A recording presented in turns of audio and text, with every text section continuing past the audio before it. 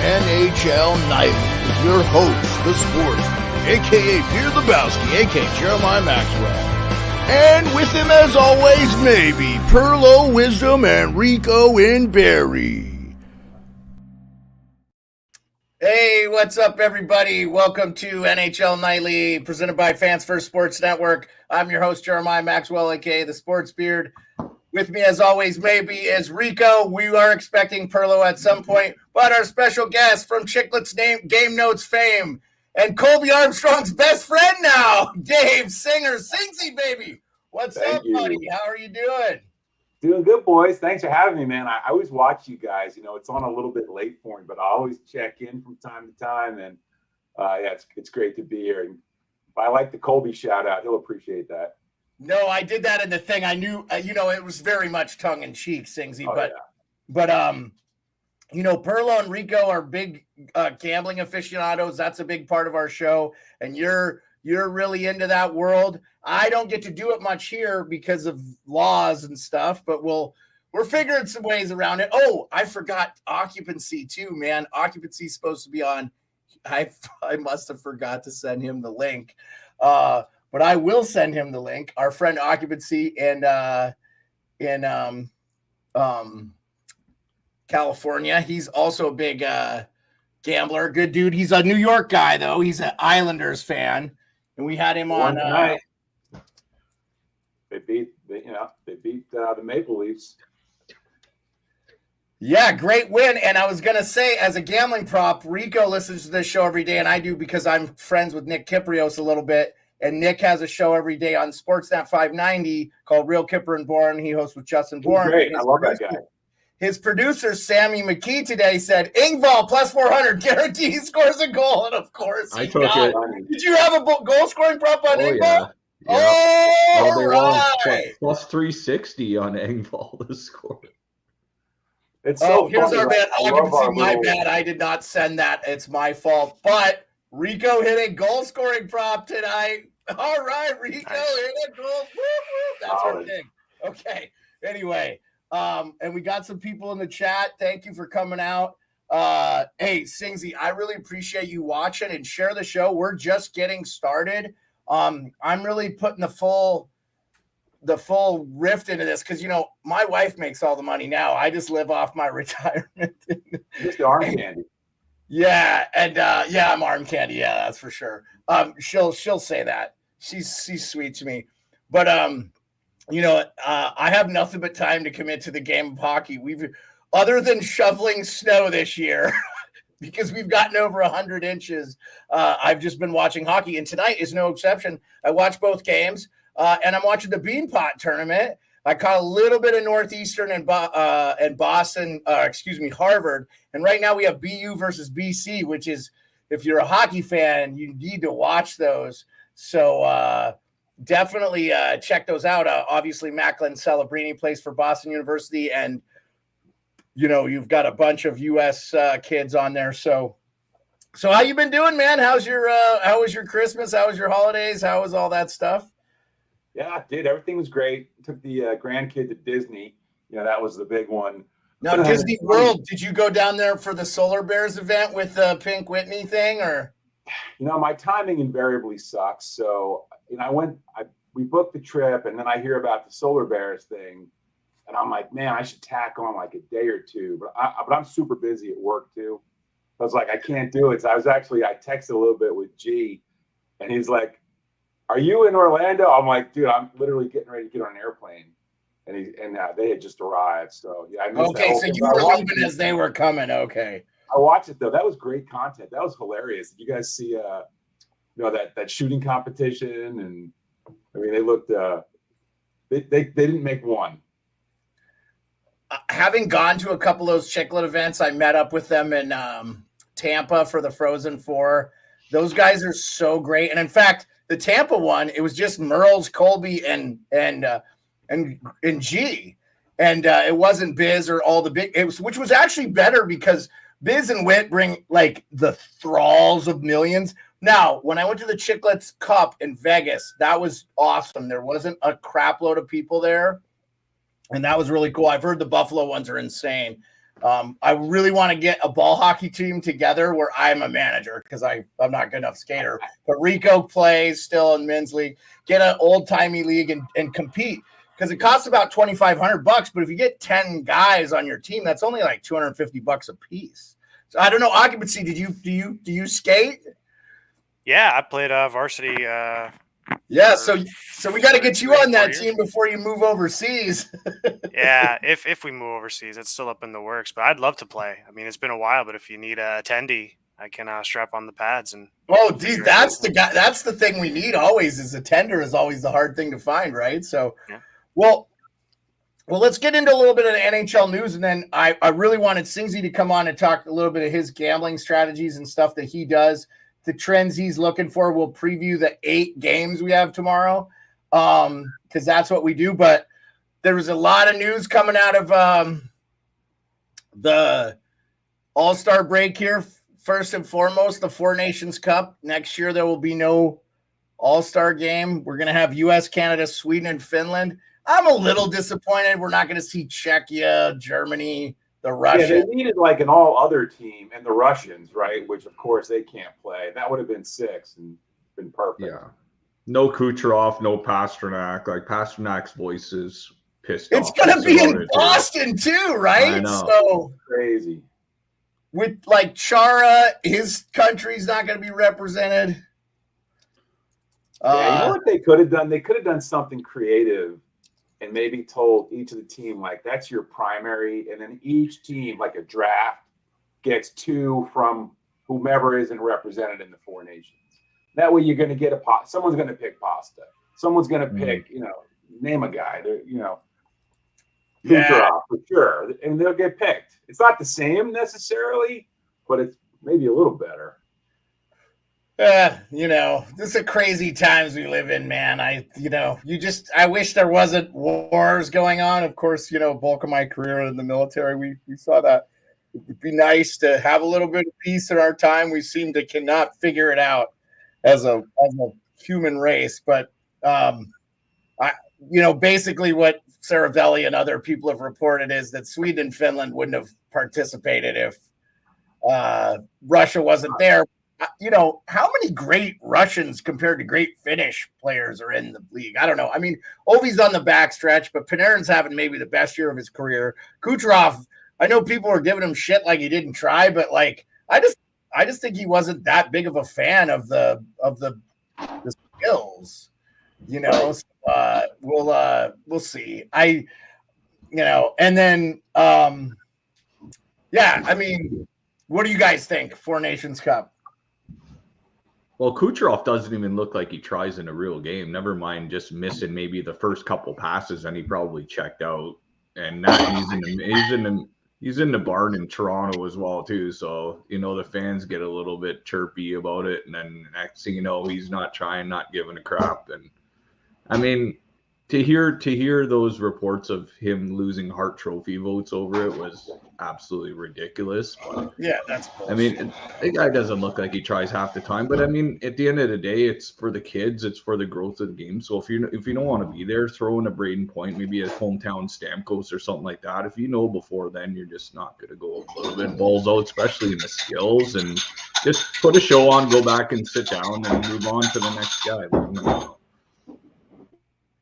We're getting somebody mixing something in the background. Well, there. He's making cocktails. That sounds pretty good. I think it's our main man Pearlo. So just to get a interview for everybody, Singsy's in New Jersey, correct? You live in the. No, I live in Northern Virginia. I grew up in Jersey. Okay. Devils fan, but I live just south of DC. The big guy. That makes so much more sense now, Singsy, knowing in my head kind of what I think you do for. A living post-retirement. Perlo's in Edmonton. Occupancy's in San Jose. Yeah, just mute yourself if you got background noise, Perlo. And then Rico's in Barrie, Ontario, obviously. So, just when you need to talk, you can unmute yourself. No big deal. It's an easy thing. No big deal there. Is it me? I don't know. Where are we getting noise? Anyway, BC still going third period, 3-1 BU. BU finally going to beat BC, it looks like, this year for the Bean Pot to go to the finals. That's really interesting. If you get a chance to check that out, there's a lot of great draft capital that's on that team and some soon-to-be, I think, Macklin, Celebrini, slacking for Macklin or whatever is supposed to be the number one pick in the draft. Have you gotten to see him play at all, Singsy? A little bit. I watched him in the World Juniors. I watched a bunch of that, which is, it's phenomenal seeing the kid on with the full shield, and then obviously watches a little bit of college hockey, not as much as, NHL, but I definitely checked in with the top guys. He is something else. I'm telling you, Bedard is incredible. Celebrini is McDavid. He's going to have that kind of impact. Oh, you think Bedard, he's that good, huh? Oh, yeah. Wow. He's going to be better than Bedard. Big time. Oh, sure. Yeah. Wow, that's high praise. Wow. He has 2 goals tonight, by the way. So we'll see. Yeah, I mean, I didn't see it in the World Juniors, but because like Bedard took over, but also I feel like sometimes we judge these guys differently. They physically mature at different rates. This being in the military, you see guys, they come in, you're like, that guy's not going to make it 5 years from now. He's a stud. And then you think a guy that's going to make it doesn't make it, he ends up having injuries or whatever. So our main man, Hot Take Hockey's in. He says no chance. He doesn't agree with you. Check out Hot Take Hockey if you haven't checked him out. He's great. He's big time Leaf fan, which, we don't have any, we have no shortage of those on the internet, but he's a great guy and big fan. I think Hot Take around. That's cool. Hey, I'll take that pushback. Talk to me in 3 years. We'll see Celebrini and Bedard what the trajectories look like. I wanted to say, since we're talking about the All-Star game in the weekend and with the Four Nations Cup, which leads into we're going to have Olympics in 2026, which is awesome. Obviously, no All-Star game next year, which is awesome. I lost my train of thought. I apologize. We were talking about Bedard. I remember Roenick breaking his jaw and playing like 2 minutes later, and Bedard looked fine at the All-Star game. So is he going to be in? Is he going to be in for Chicago? Like, he didn't look like he was talking. They interviewed him. He spent the night talking to Crosby and shit. He's got to be ready to play, right? What do you think? I mean, I could hop in. I mean, I think he can't risk going in right now. He's got a long career ahead of him, and any double injury or something where you re-injure something that it could be really bad. So I think the fact that he's taking this time off in a rebuilding year is okay. But the issue I had with Bedard was the conversations over the summer. And you're hearing Connor McDavid comparisons, and the kid hasn't stepped foot in an NHL game yet. And, I know that the player development program, there's a reason why these kids, top 3, top 5 first-round picks get, this type of spotlight and all this. But, it's like I'd still take, like, so many NHLers who are mid, a 30-goal scorer in the NHL to me, who's put up 30 in an NHL season, I'd rather have on my team than Bedard at the end of the day, because he hasn't proven it. So it's just, I just don't like how a lot of these young kids get talked about before they step foot in a pro game. They do put a lot of pressure on these kids before they become. Fair point. I think the thing with Bedard though, and I hear you on the projections, we all kind of make them, but he was so special. He was so different. I mean, it's like the Gretzkys and the McDavids and the Bedards and the Celebrinis, like when they come around, and to a lesser degree, even Jack Hughes, right? Overall, Austin Matthews, definitely. Yeah, Matthews. I mean, you just know these guys are like rocket ships, so you can't help but compare them. So I would say I'd rather have a young Bedard even over like a standard 30-goal, type of guy. It's Bedard, man. You're gonna have. I mean, here's the thing for me. I'm a Devils fan. He's special. And the next kid is this Gavin McKenna kid that plays up here close to Alaska, and I think the Northwest. He's kind of from the same area as The kid from Buffalo. Help me out, Pearlo. Dylan Cousins. Yeah, Cousins. But when you get that guy in your team, when you have like Jack, like the Devils forever, we were like, whatever, the Devils. Now that we have Hughes, it just feels different. Every single game is like an event because you got and most of them turn out to be great. And if you know what their career is going to be, but I mean, you draft Neil Yakupov, and then you get something like that, or a couple other guys. Yeah. By the way, Lafreniere had the overtime game winner tonight. Sorry, Pearlo. Yakupov was not liked by a lot of teams, though. A lot of teams. In fact, Brian Burke said Yakupov was the worst interview he had ever had, and it was a no-go as soon as he interviewed him. His scout wanted to strangle the dude. So, that Yakupov is not a thing. Like, that whole draft was horrible. What did you have for anybody in that draft, really? In fact, Brian Burke said that when he picked Riley, he picked the best team in the draft, and everybody laughed at him. And he did. The best player in the draft, and he did. Was that 2012? That was the same draft as Galchenyuk, Murray, Yakupov, all of those guys. I think they picked. Riley was like 7 or something, right? It was 5, I think. 5. Yeah. But anyways, I don't agree with you. Hampus Lindholm went 6. He's a pretty good player. I don't agree with you. Tom Wilson's in that draft. Tom Wilson's in that draft. Yeah, but that was later. I'm talking about in like the top 7, 8, or whatever. Right, but if you redid that draft, Tom Wilson would be a top 5 pick. Probably, yeah. Pasternak. So would Thomas Hertl. So would Andre Vasilevsky. Well, you can't say that. Go back to the 03 draft, and we can even start talking about that all night. I know, but Chandler Stevenson went 77th overall. He's won a couple of cups. I'm just saying, that happens. I mean, that's how your teams are made. Washington had drafted Philip Forsberg, Tom Wilson, and Chandler Stevenson in that draft. If you're looking at scout projections, there wasn't really anybody in the top of that draft that did well. Singsy, I don't agree. Celebrini is not as good as Bedard. Not even close. He's good. He's really good. But he's great. Pearlo got to watch. Pearlo being in Western Canada got to see a lot of Bedard too. By the way, 4-1 BU. I don't know if Celebrini got the hat trick. I have to check the box score there. What surprised me, I saw the roster beard on that game, and Will Smith, Sharks, was second liner. I thought he was like this top prospect. He's on the second line there. Yeah, no, he is a top prospect, though. I mean, not playing also with we were saying, Leonard? What? Is Celebrini not playing with Perreault and Leonard?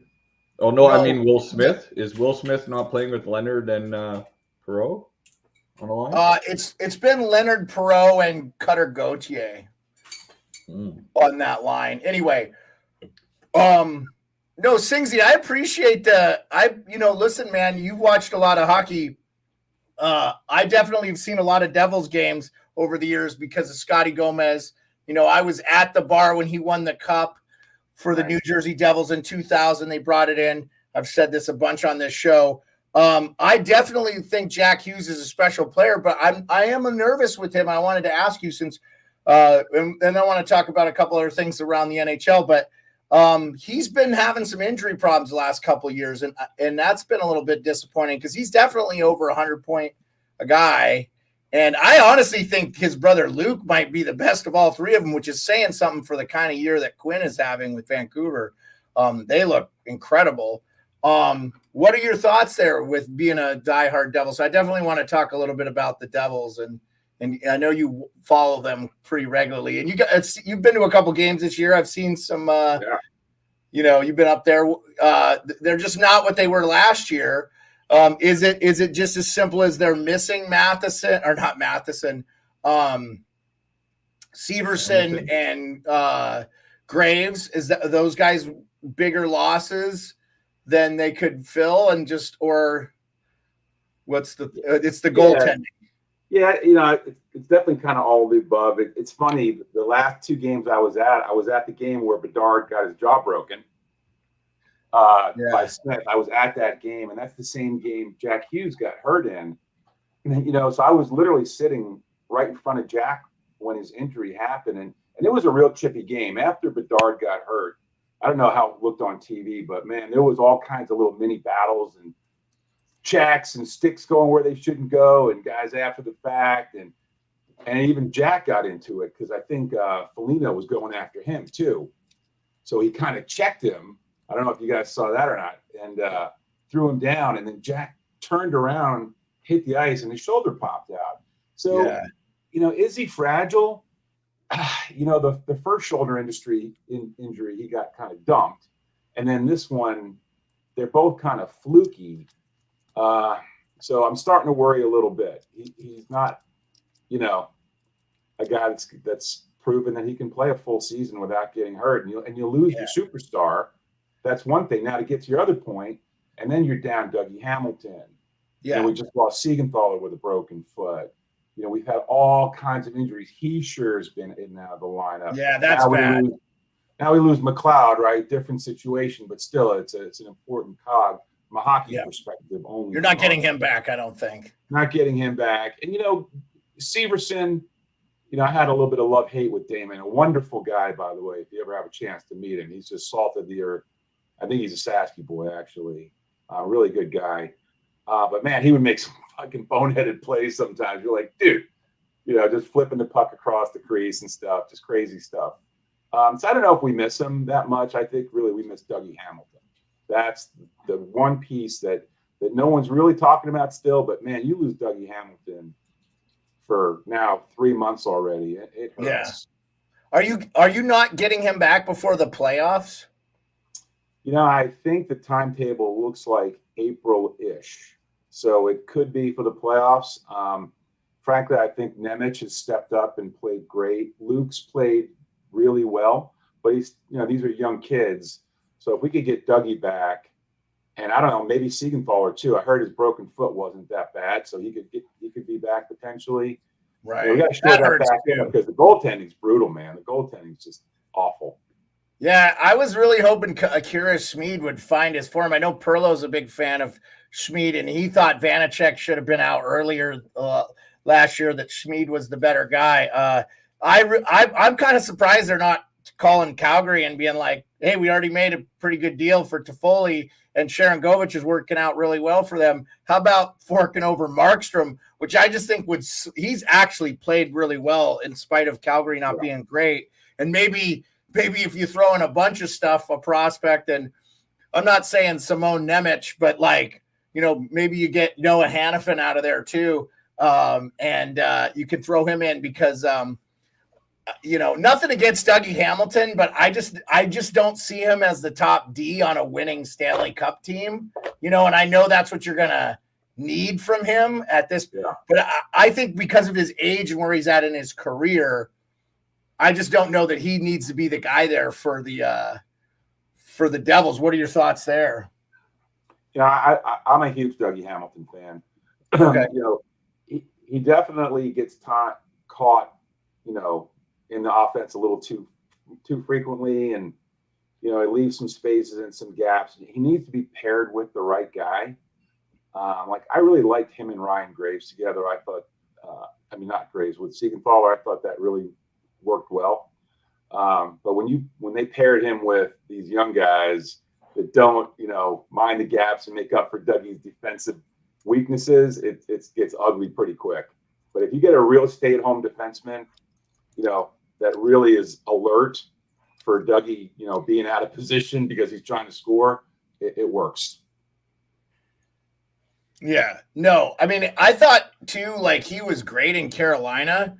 BU just closed it to 4-2. I bet BU tonight, full disclosure. Oh, I'm sorry. BU is up 4-2. Yeah, I bet BC rather. BC. Yeah, BC. Yeah, well, BC has beaten them 3 times. I heard Kobe Cohen today on Daily Faceoff. Schamberger scored. Gentry Schamberger. First goal of the season. By the way, what a great name. Hockey players have the greatest effing names in the world. By far. From Charlie Stalavsky to Andre Athanasiou. And we got A to Z all the way covered. What were you going to say, Rico? Say something. Oh, nothing. That Fontaine guy. That's the first time I heard his name. And what was his first name? Gunnar Wolf. Gunnar Wolf Fontaine. Yeah, buddy. I can't wait beauty. for him to be tearing it up in the NHL. Legend. He seems like a third line guy on a winning team. On the Hamilton thing, Beard, can I step in for a second? Yeah, go ahead, please. Singsy, my dad's a Jersey guy, so I grew up in a split household, being a Devils and an Islanders fan over there. But got to go a lot of therapy going on now because of that. Yeah, at least you got to see some Stanley Cups with the Devils, though. Got to go to exit 16 off the Turnpike and go to the old stadium there for a couple games. And just grew up watching Brodeur and Eliage, Arnott, those guys, Sikora, that whole team, Breland. It's just amazing, like those teams. So definitely have some close ties to Jersey. I mean, I love that. But, Hamilton, I make the argument like, okay, you want to talk about like offensive who are liabilities on defense. What about Erik Karlsson, right? But the difference between Karlsson and Hamilton is that Hamilton's actually got some size in there. So he can push some bodies out where Karlsson can get out muscled pretty easily down in the crease. So, I mean, I'd almost rather have a Hamilton out there who he's getting 5-6 shots a game winners too. I mean, sometimes like when he's really rolling. I can't disagree with you, Occupancy, on that. I would much rather have Hamilton than Karlsson. I don't hate Erik Karlsson, but no, and Karlsson's great. I mean, he's a great winger back there, but I think Hamilton with a stay-at-home defenseman, like was said, Siegenthaler is supposed to be that guy, block shots. He's not really a threat on offense, but Hamilton getting paired with those young guys, is not great. But I think I think New Jersey's really missing. Like they built their team around these key pieces being healthy. So when they're not, and you have liabilities in the crease. It's gonna be tough, but I think like we were saying, Hughes generational talent, maybe 2 generational talents there. So in this race for the wild card too, I mean, I think they could be right in it till the end as if they get hot. But we'll see. Yeah, I agree. And you actually, Beard, had mentioned earlier where are we going to be? Jack Hughes skated today, right, in a non-contact jersey. So I saw Amanda Stein reported that. That's good. Amanda said Palat's back. Some of the pieces are starting to come back. I have a sneaky suspicion that, the Devils are going to make a pretty hard run for this thing and get into the playoffs. I know it doesn't look great right now, but I'm a fan, so I still have high hopes. Well, for the chaos, and Rico, don't take this badly, wouldn't it be great if the Leafs fell out of the playoffs? I mean, just the malfunction in Toronto media we would get to listen to. It was a lot like Edmonton being a dumpster fire earlier this year. That was so much fun. I still wish that was happening. I miss that because it shows you this game when you think you have it figured out, you don't. And so I didn't see it. I'll admit it, but. Was the last goal there on Samsonov, or was it whose fault? I mean, I didn't see whose fault. No, it was definitely on Morgan Riley. Okay. Hey, Tim is bringing up something I wanted to bring up too. Lanny McDonald had like a heart attack when he got back to Calgary from the All-Star break. I have an autographed Lanny McDonald stick. He used to come up to Alaska, do old-timer games. My wife loves him. Think the world of him. I think everybody in the Leaf fans love him. He used to play in Toronto. Obviously, he won the Cup with Calgary in '89. I got to see that as a kid growing up in Montana. My family from that area. So thoughts and prayers out to Lanny McDonald. I know everybody here loves Lanny McDonald. I mean, Singsy, you probably remember some Lanny McDonald back in your youth. Yeah. I loved Lanny McDonald, man. I loved and hated it depending on what team he was playing on and what he was doing. Just that big, huge, long, lanky, the stash. Yeah, dude, everything. I love that era of the NHL. That 70s, 80s NHL was the greatest.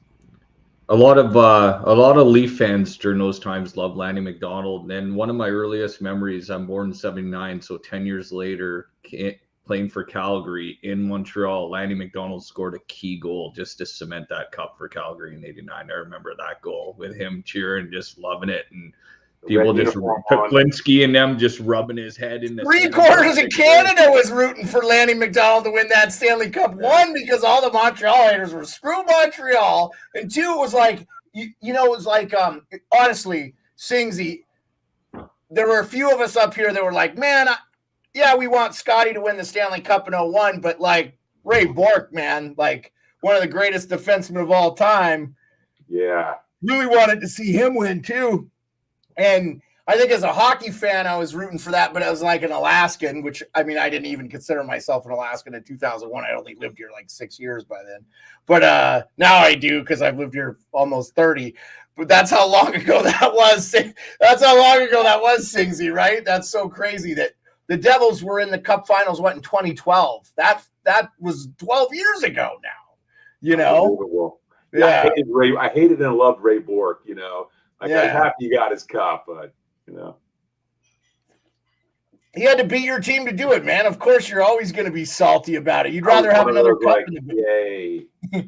Good job, Ray. We could have another, He scored and got the cup, you know. Didn't he score a late goal in Game 7 to tie that game up or something? Because that was when the playoffs, I think BC's making it close. It's 4-3. It's 4-3 with 8:36 left to go. And Yannick Perreault's kid, Gabe, just scored. By the way, the Rangers won on that one. They drafted him like 26th overall or whatever. He's going to – I forgot he had a brother. I kept getting that. His brother is in the Anaheim system. But this kid looks good. He's got some – what a pass by Ryan Leonard too. Woo! So, Singsy, did you have money line or what'd you have in this game? And let's talk – Yeah, I bet. I wasn't going to bet on this game because I use down here in Virginia, the NCAA games don't always show up, and sometimes they disappear. So this thing flashed up there, so I was like, boom! I just threw a couple bucks on BC, and then I used them in a parlay, which didn't hit because the Leafs lost. So that was it. Not too much. Oh, okay.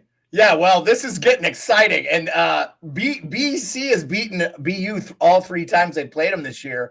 So, boy, if at one point it was 4-1, so if BC comes back and ties and/or wins this game, it's going to be a giant choke jog by Celebrini and Boston University. Which, by the way, because Singsy is known through Chiclets Game Notes, Ryan Whitney is a BU guy. Colby Cohen's a BU guy. There's a lot of BU guys. In the hockey world, Jay Pandolfo, former Devil, is the BU coach, to tie it all the way around. So, not to get off the topic of talking Devils and stuff, I did want to talk a little bit about this Monahan to the Jets. And today, John Goyens on Daily Faceoff, the former coach, TSN analyst for, I think he covers the Laval Rockets and he covers Montreal Canadian games on TSN. Really, this guy's always insightful, always learns so much about the game. Was talking about how their power play got insanely successful in Montreal towards when they moved him from center trying to clog the goalie to a bumper position, and how smart and intelligent a hockey player is. And his analytics this year are really good too. Just the numbers I've heard and his speed.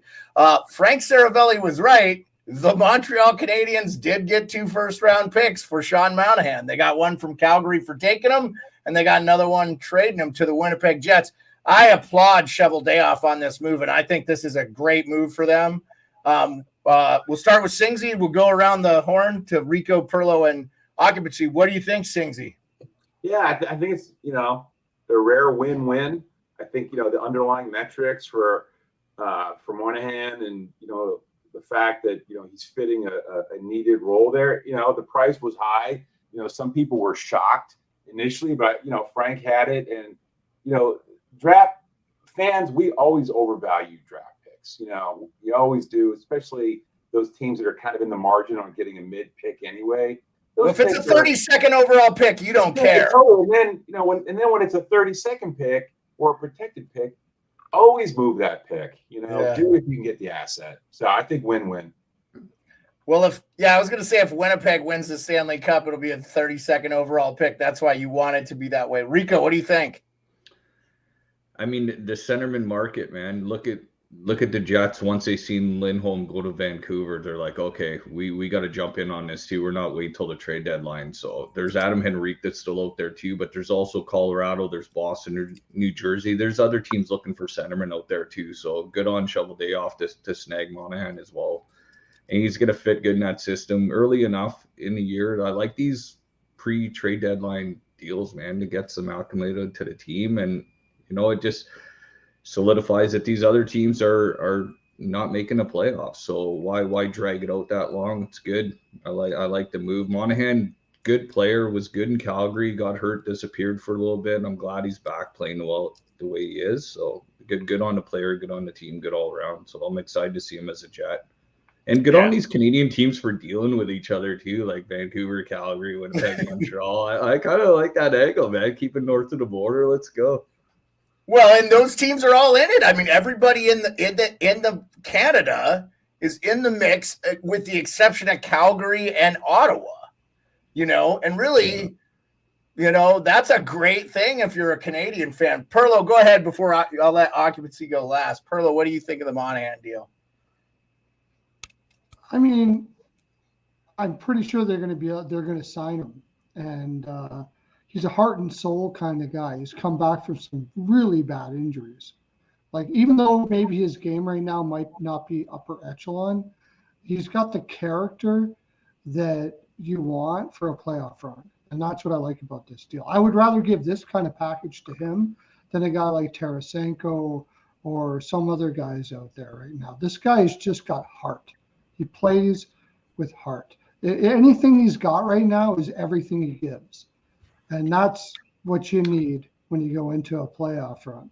Heart like that is hard to find. And I don't mind giving up a first plus for a guy that he was basically thrown away in Calgary, right? You're not, they were afraid he was never going to be able to come back. Yeah, they traded a first round pick with him for Montreal to take him. Yeah. With him. Yeah, exactly. He goes to Montreal, he has these injuries, and he comes back gang fire and has an NHL career back again. The guy's got balls. And I don't know, his on ice is not bad, but his heart is greater than a lot of guys out there that have more skill than him. So I'll tell you what, Pearlo, if you guys can go back and watch Morning Daily Face-Off and just watch the little bit that John Goyens talked, I think you would say Sean Monahan's hockey IQ is A++. I was very impressed with the smart plays he was making on the ice to get goals scored. Go ahead, Occupancy. Let's finish off your thoughts, and then I want to talk about one more thing, and then we'll get into the games. For sure, and I'll be brief. I don't know him from a hole in the wall. A lot of people I respect say it's a good move. Being so far on the West Coast, markets like Montreal and Boston, I don't really get to follow their prospects as much in their trade deals and talks. I'll just be upfront about that.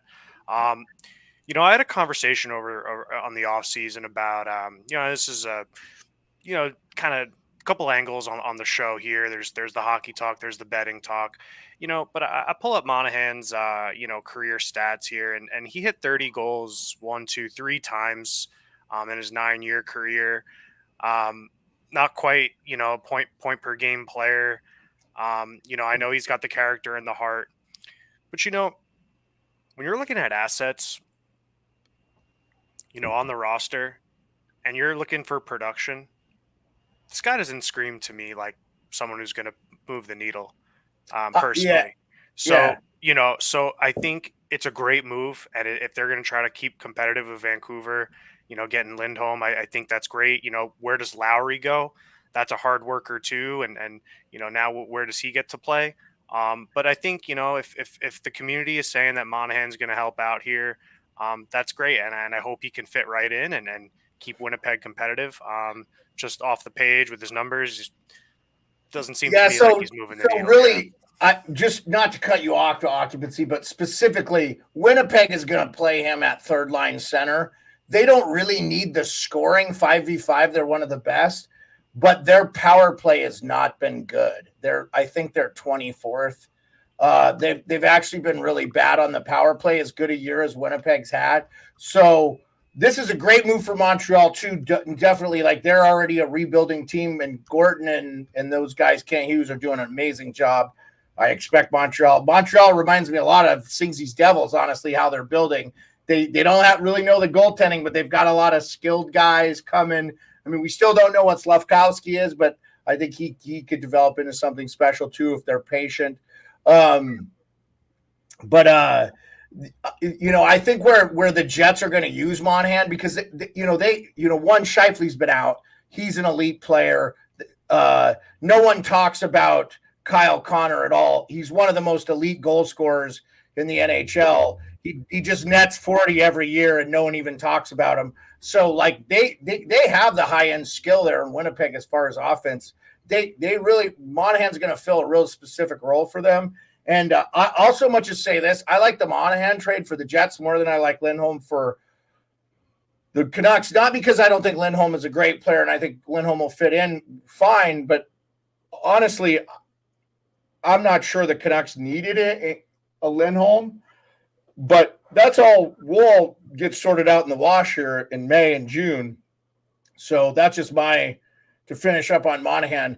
One final thing, and I don't want to send it to discussion, but I'm not surprised. Today it was a little odd. They said Kuznetsov missed practice for personal reasons. Then it came out. It's being reported that he's going into the Players Assistance Fund. It's been known for a while that Kuznetsov probably has a drug problem. So this is awesome. Good news for him. He needs to get right. So anyway, you guys know I'm a Cap supporter, and that was noteworthy news. Also, though, a lot of times the NHL will, not that the Caps need the cap space because they don't have Backey's contract on the thing. That'll give the Caps about $13 million in cap space. So they're definitely going to be bartering at the thing to take deals and stuff, I think, because I don't think they'll be in the mix, but we'll see. All right, guys. Well, this is what most of everybody wants to come talk about, and definitely why I wanted to have Singsy on. I liked what Tim said about Verbeek. Verbeek better get a haul for Singsy's former centerman and Adam Henrique. And it would be smart. So let's start off. Let's talk, Singsy, before we go into the games real quick, just tell the guys your gambling strategies. Pearlo runs a website. He's a handicapper full time, basically, when he's not offloading dead bodies from trucks for the mob. And we joke about, because Pearlo in Edmonton, we give him a hard time. That's how he can afford his girlfriend's place, the background there. That's how I stay in this wonderful shape. And Rico is a casual, but he bets just about on every game, or quite a bit. They're diehards of the Ice Guys. I don't know if you know them. They're great. We're big supporters of the Ice Guys. Ian Cameron and Alex B. Smith really know their stuff. And when you're getting Chiclets Game Notes withdrawals, the Ice Guys are on 7 days a week. So definitely, I love it. Check those guys out, Singsy. You'll love them. But go ahead and tell the guys, because Occupancy also a big time gambler, and but he's in California, so he's like me. We got to do fangle fantasy betting apps and stuff, which is why I kind of just stay away from it, because I don't trust the people that run anything anymore. So, but yeah, just tell the guys your gambling strategy a little bit, what you do, and if you do it for fun. But I know you put a lot of parlays together. Just go ahead. Yeah, definitely do it for fun. But yeah, I enjoy it. If I could pay for a Disney trip or something during the year through some winnings, nice. I'm not. Grandpa Singsy, nice. Yeah. Good job, Grandpa. Yeah. So, I really kind of bet the trends, and I kind of vacillate between. I like the prop bets, but I like the first quarter prop bets. So I'll build prop bets for first period, depending on what sport. I do basketball as well. But yeah, I like the first period prop bets. Like today, I called, 1-0. I called the money line for the Avs. It's just, you got to figure the way the players were, where they're playing at. You look at the underlying analytics, how teams do in the first period, home, road, etc. So that's been a nice little income stream for me this year. These first period puck line bets. And then it's draw season right now. So if you kind of look at the scoring, the way the season's been working, right? You always start out kind of hot, then it cools out, and now you're kind of in the fight, right? So the games have really tightened up. So we call it the Merle special after our boy Matt Merles. He likes the draws. So yeah, I hit another draw tonight. I had the Rangers game and the Avs going.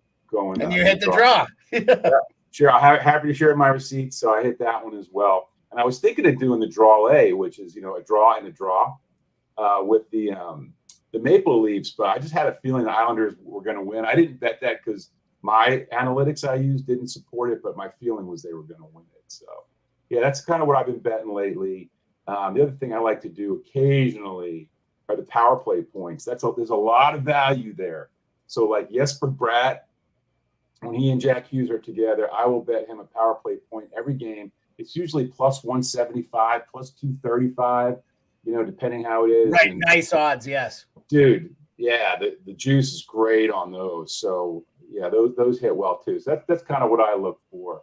And then, then I do my serious bets where I'll try to find a nice play or two of the week and move a little more cash into those, But those are kind of single thread, money line bets, on a team I like. I love it. And I appreciate it. Most of our listeners kind of know how everybody bets. Pearlo bets a lot the way you do. I think he uses a lot of that same strategy.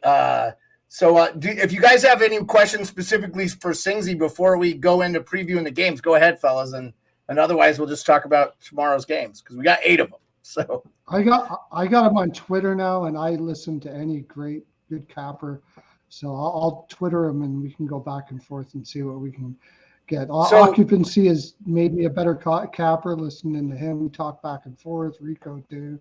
That's how I became anywhere near a good capper, was listening to the people around me to see, because everybody is something that they're good at, so you can learn more from everybody all the time. Yeah. We love, the game notes. I mean, Matt Merles, he is unbelievable. This run that he was on the last couple of weeks before he left Sweden to come over to Toronto, he was like 17 out of 19 or some crazy number. And just, that's insane. Well, and he knows the game. Like, he played at a high level. Obviously, he was drafted into the NHL. He's from the Northeast, where a lot of the kids, like, I always feel cheated being from where I'm from, where it's like we should have hockey, but it's like we're poor. In Montana, you're either rich or you're poor. There's no in between. So we didn't have hockey. We didn't have high school hockey. We didn't have a swim team. I grew up on one of the biggest lakes in North America. But it's like we didn't have a swim team. You got to have money for that stuff. So, but I so agree with you, man. Like, Merles is such a smart guy. Matt Merle, if you guys don't know, definitely follow him. And he, like, dude, he lives in, if you guys don't know, he married a Swedish national. He lives in Sweden. So he's in Sweden, I don't know. He's there a lot. I mean, I want to say he's over here more than, his wife must be one of the most tolerant people in the world, Singsy. That's all I'll say. And Matt Merle. And I know Rico knows who he is, and Pearlo might be familiar with Occupancy. I know you know who he is. I mean, if you follow Spit and Chiclets, you guys know who Matt Merles is. But Muggsy Jeans. But Singsy, you're right, man, and he can get you into that real degenerate stuff too, right? Because if you want to bet SHL, Swedish Hockey League, he follows all that. He follows the German league a little bit. By the way, Singsy, if you're into that too, the Ice Guys have guys on a lot of times. Yeah, I definitely bet those. I bet, my team is Salzburg. I've been betting. They've been doing great. I bet Parabudici in the Czech League. They've been crushing it for me. And then Vienna is the other team. Like, so over there, I don't know them that much. I just So I wake up in the morning and I'll check for a matchup, and I'm like, go to Flash Score and look at the standings. I probably maybe down a little over the year on that league, but it's so much fun to have hockey in the morning. Oh yeah, dude. I mean, for me, that's the one thing. It's a little bit harder for me to watch those games living here because I'm 4 hours behind. So that it would open it's like Premier League for me. It's like 5 a.m. If I really got to watch it, if I really want to watch the game, I'll have to get my ass out of bed at 5 a.m., which I do relatively anyway. But, I usually don't think, I need to turn on the TV and watch sports. That's the tough thing, right? Thinking about coffee. Yeah. Well, Singsy, I'm one of the rare military guys. I wasn't much of a coffee guy. It has the reverse. It has the reverse effect on me because I'm ADHD. It makes me tired. So, but I didn't learn that till I was like 34 and had already been in the military like 18 years. So, right. Why is Sarge sleeping? He just had 4 cups of coffee. No. So, did you guys have any other questions for Singsy before we go? By the way, Final 4-3, Boston University won. Empty net, it got exciting, but Singsy loses his bet on that one. Tough one for the boys. The BC boys been rolling through everybody, but Colby Cohen will be in a good mood tomorrow but good 9 a.m. Eastern Coast. Check it out. Morning cup of hockey, since we're talking about coffee. Yeah. And then Pearlo, occupancy. Rico, did you guys want to? No, I don't drink soda, Andrew. I don't drink soda, buddy. I don't recommend it to anybody. I drink kombucha and water. That's about it, my man.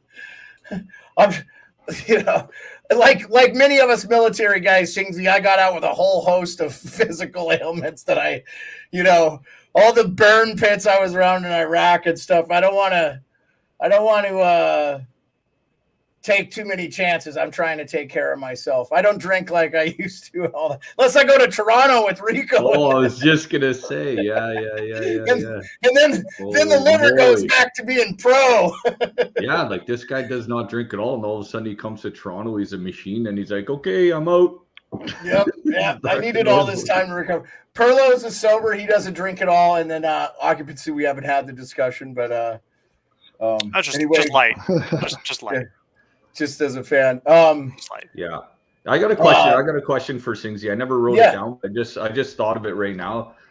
So what got you into the Chiclets Game Notes kind of fame, and what made you hit it off with Armstrong there? Was it like your bets like with him? Was it your humor, or was it your thoughts on hockey? Like how did you get in with those boys?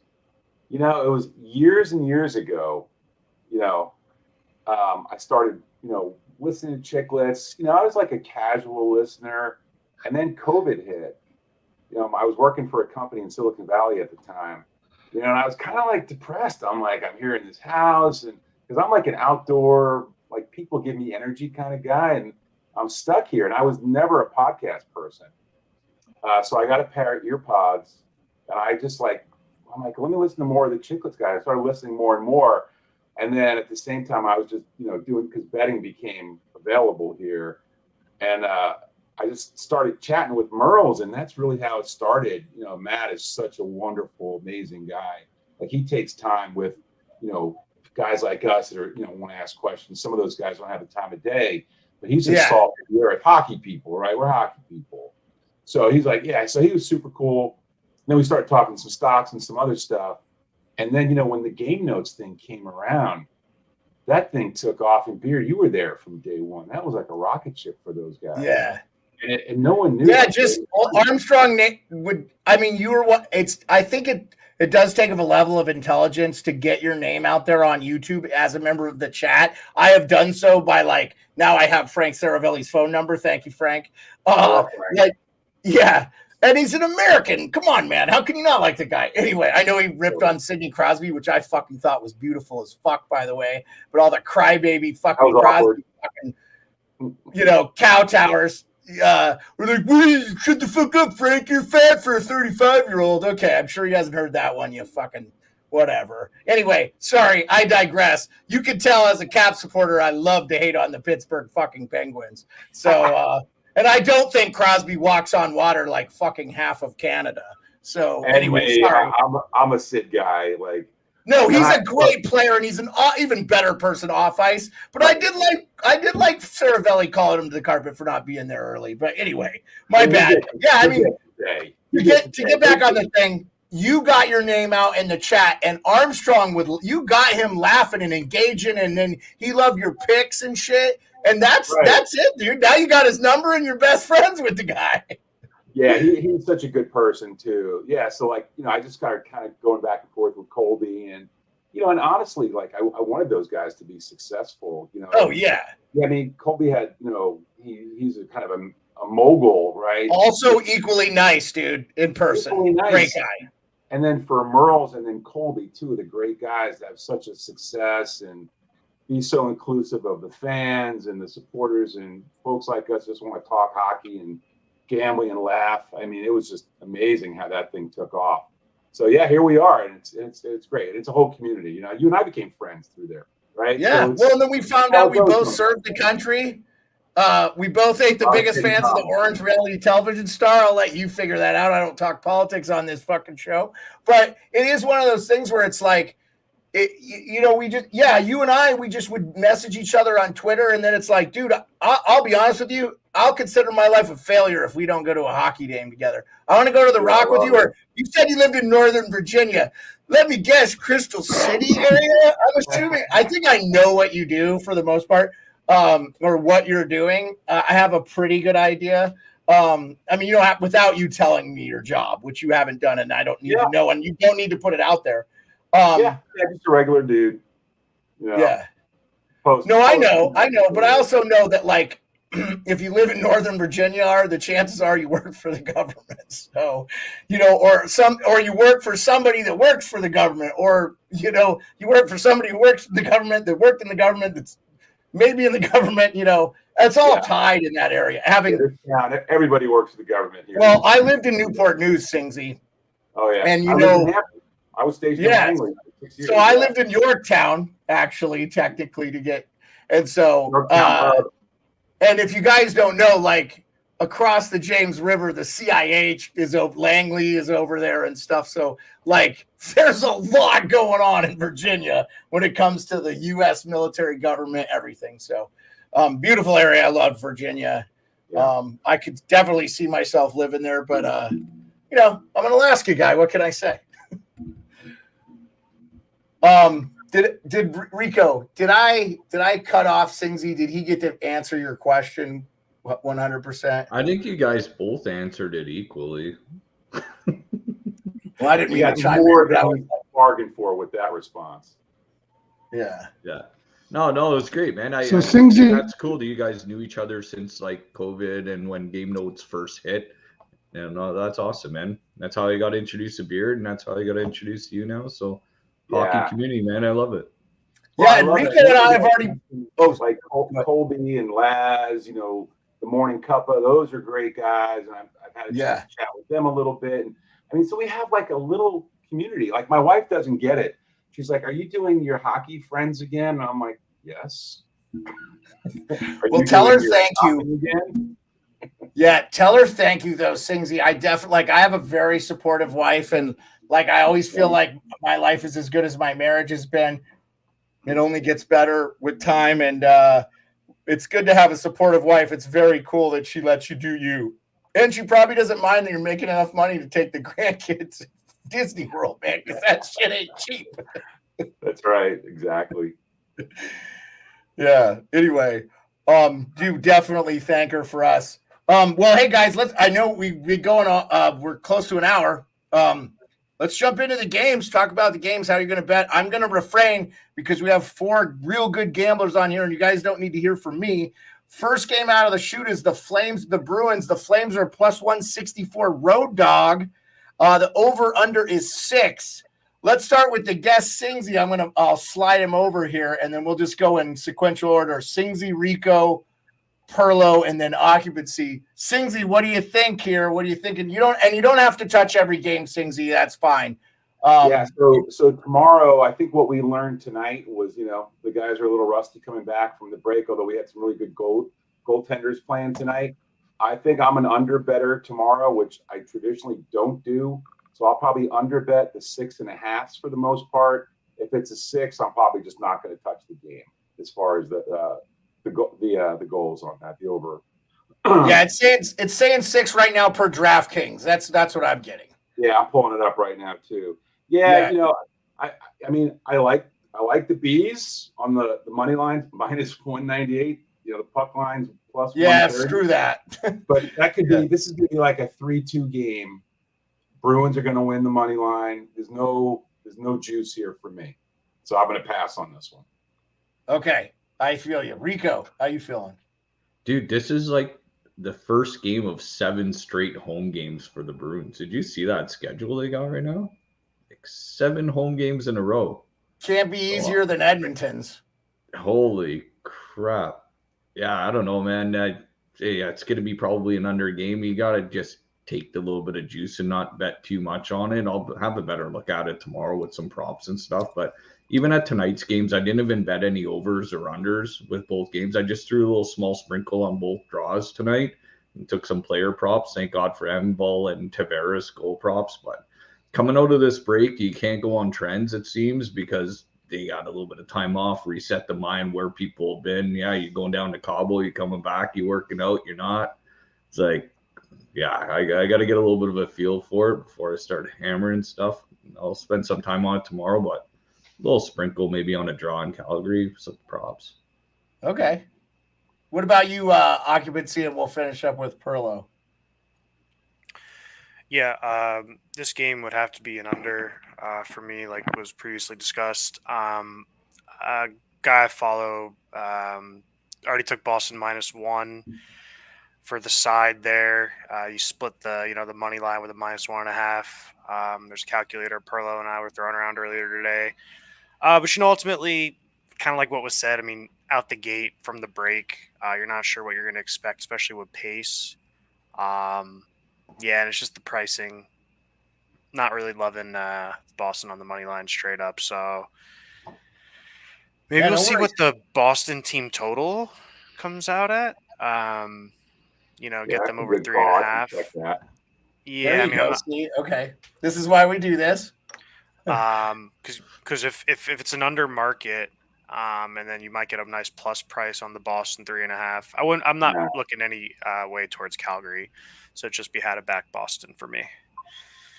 Yeah, Boston 3.5 is -115, so it's on the margin. Yeah. Okay, Pearlo, what you got? When you're looking at teams like this, you got a Calgary team that basically their GM just told them we gave up. So, give me Boston puck line. Okay. You got a Boston team that's coming in like they just gave up. They just gave up Lindholm. They don't have a great coach. He's just a rookie guy that doesn't know what to say in certain situations. They just told him they gave up. They gave up Lindholm right now. So you're going into Boston, give me team total under for Calgary if you can get anything on that. Probably not the greatest in the world. I don't think they're ever going to score more than 2 goals in this game, ever. Even if you get -150, it's probably a great bet. And give me Boston puck line. It's probably an under game. I see like 3-1, 4-1, and Boston does it without even any effort. Like I think Calgary is done. So that's my view on this game. Okay. Stars just a big price to pay on Boston. Yeah. Just a heavy price. Either you go Boston. I don't like go the Boston price, puck line or team total. Maybe first period puck line or something like that. But Rico, the books know that. So Massachusetts has gambling too, right? And the books know the Bruins are good, man. They're on a heater. The 31-9-9, they lost Bergeron and Krejci, and they're almost as good as they were last year, to be quite frank. I almost feel like in some ways they're a stronger team because they went out and got like some good role players and JVR, and then Shattenkirk's having a good year with them. Yeah, like that's Shattenkirk's insane, good man. Yeah, just watch out for the player leaving bump too. You never know Lindholm, what he was like in that locker room and stuff. But DeBrusk and forward, I think those guys are day to day in Boston. I know Allmark's getting a start, but just a little, we'll never know with Calgary. Lindholm had a whopping 9 goals on the year too. I mean, so I agree, Rico. Like I don't know what was going on. He's a great player and everything, but I think Calgary. What do they have to lose, right? They've got some good goal scorers. I know they're a mess, but I don't know. I can't predict either way. It's going to be interesting to see how they respond to Lindholm leaving after the first game. Well, that's like if Rico is right, though. That's why the +164, it's like you throw $5 on him because it's a decent plus. And if Lindholm was a cancer and you hit a bet you're not expected to hit. Anyway, I always am in favor of throwing a little bit of sauce on. I like the sprinkle. The sprinkle's always good. Just you throw a little sauce. Yeah. Yeah. Okay, let's talk Stars, Sabres. Sabres are at home. Oh, by the way, all these games are 7 Eastern start until I say otherwise. The first 6 are all 7 Eastern starts. Stars and Sabres. Sabres are a plus 130 road dog, or home dog, sorry. Plus 130 home dog. The over-under is 6.5. Singsy, what do you got there? Yeah, I like the Stars in this one. I'll look at it again tomorrow for potential draw and then money line. But I think, the Stars were really coming into form before the break.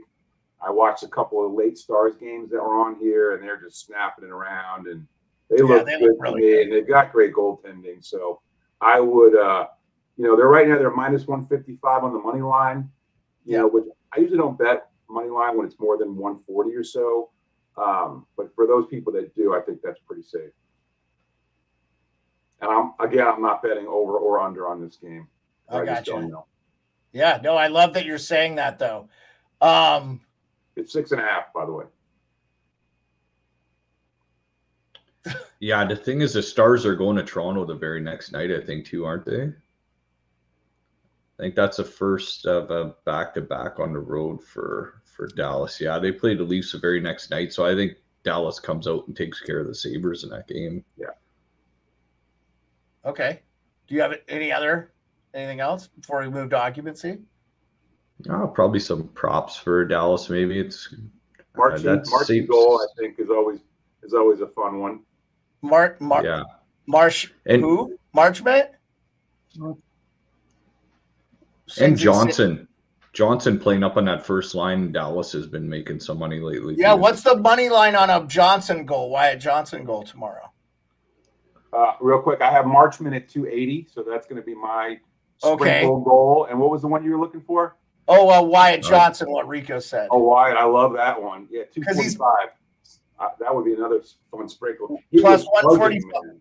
You said plus 145? 245. 245, and Rico said he was playing on the top line with them.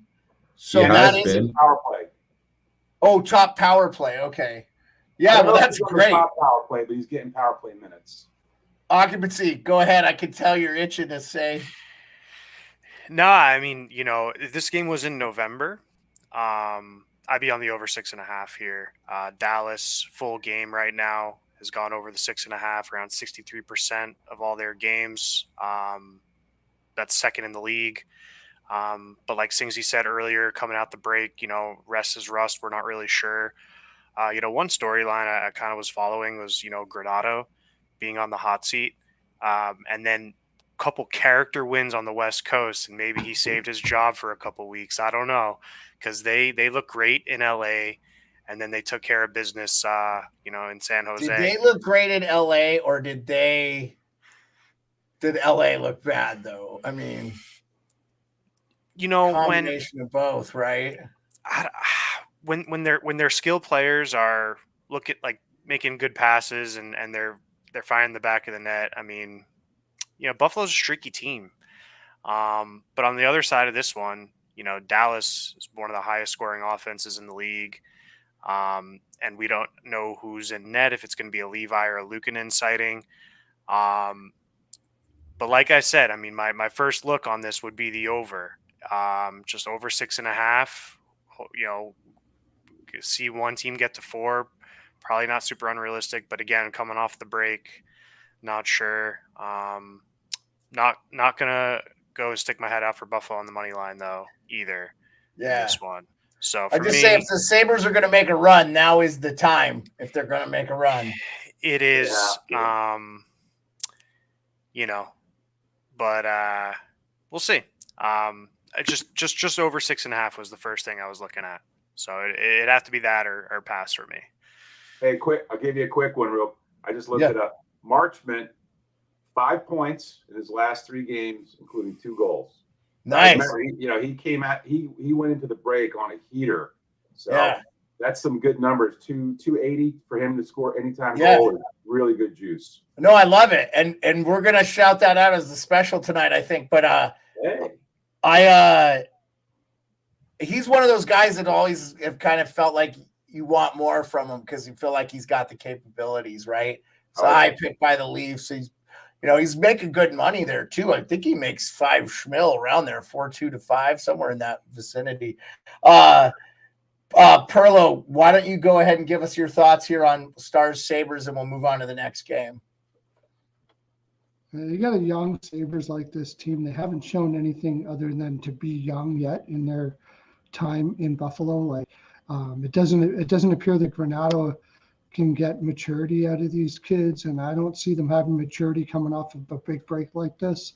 So I like Dallas first period puck line right off the get-go. You get a much more mature team who really are going to come out and want to get ahead right away against this young Buffalo team that I imagine has tipped a few this week. I just got to say that. I think they probably don't have their full head coming into this game. And I think there's much more veteran leadership there in Dallas to be more focused in the first period. I imagine they win the whole game, but I really like them in the first period. So I'll take Dallas puck line first period. Okay. Real quick, Hot Take Hockey, thank you for being in the chat. John says Sabres Stars should be a lock on the over, but if it's Otter versus Levi, it wouldn't be shocking to see a goalie duel too.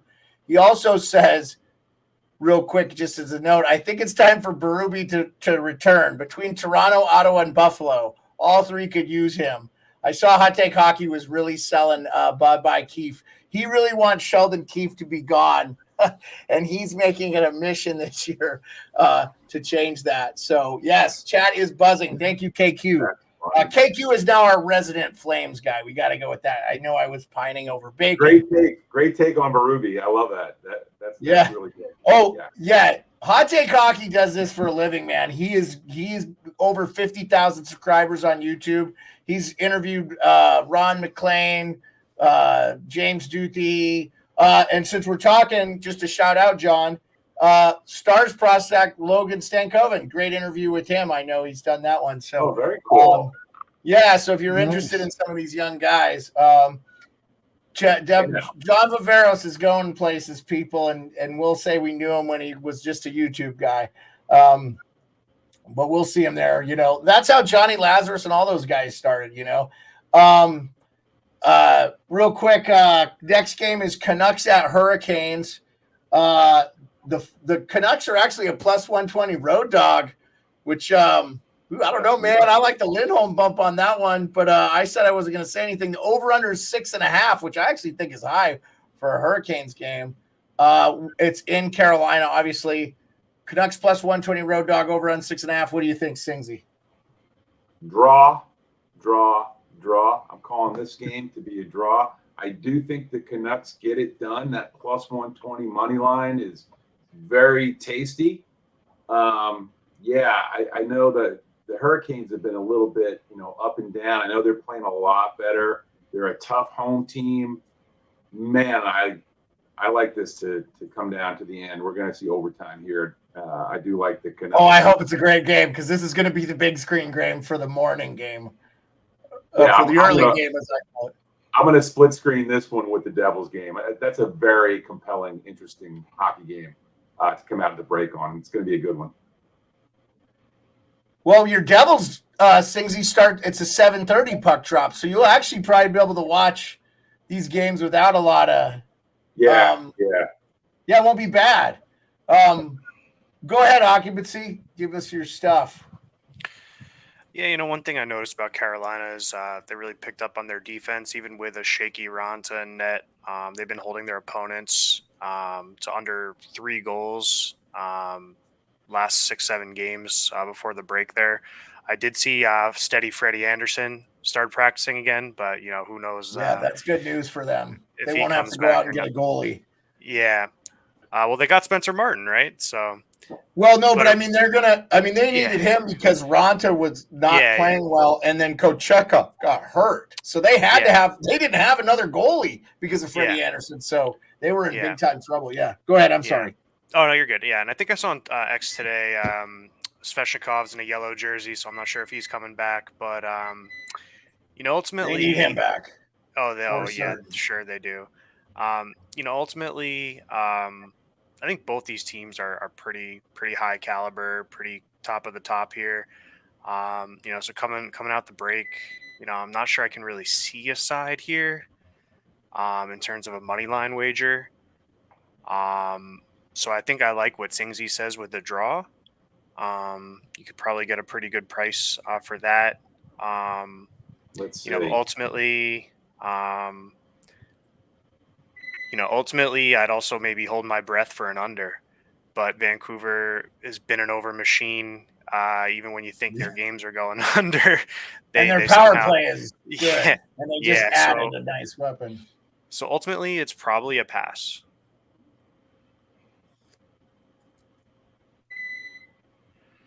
So nothing on me for this. Yeah, no, you're good.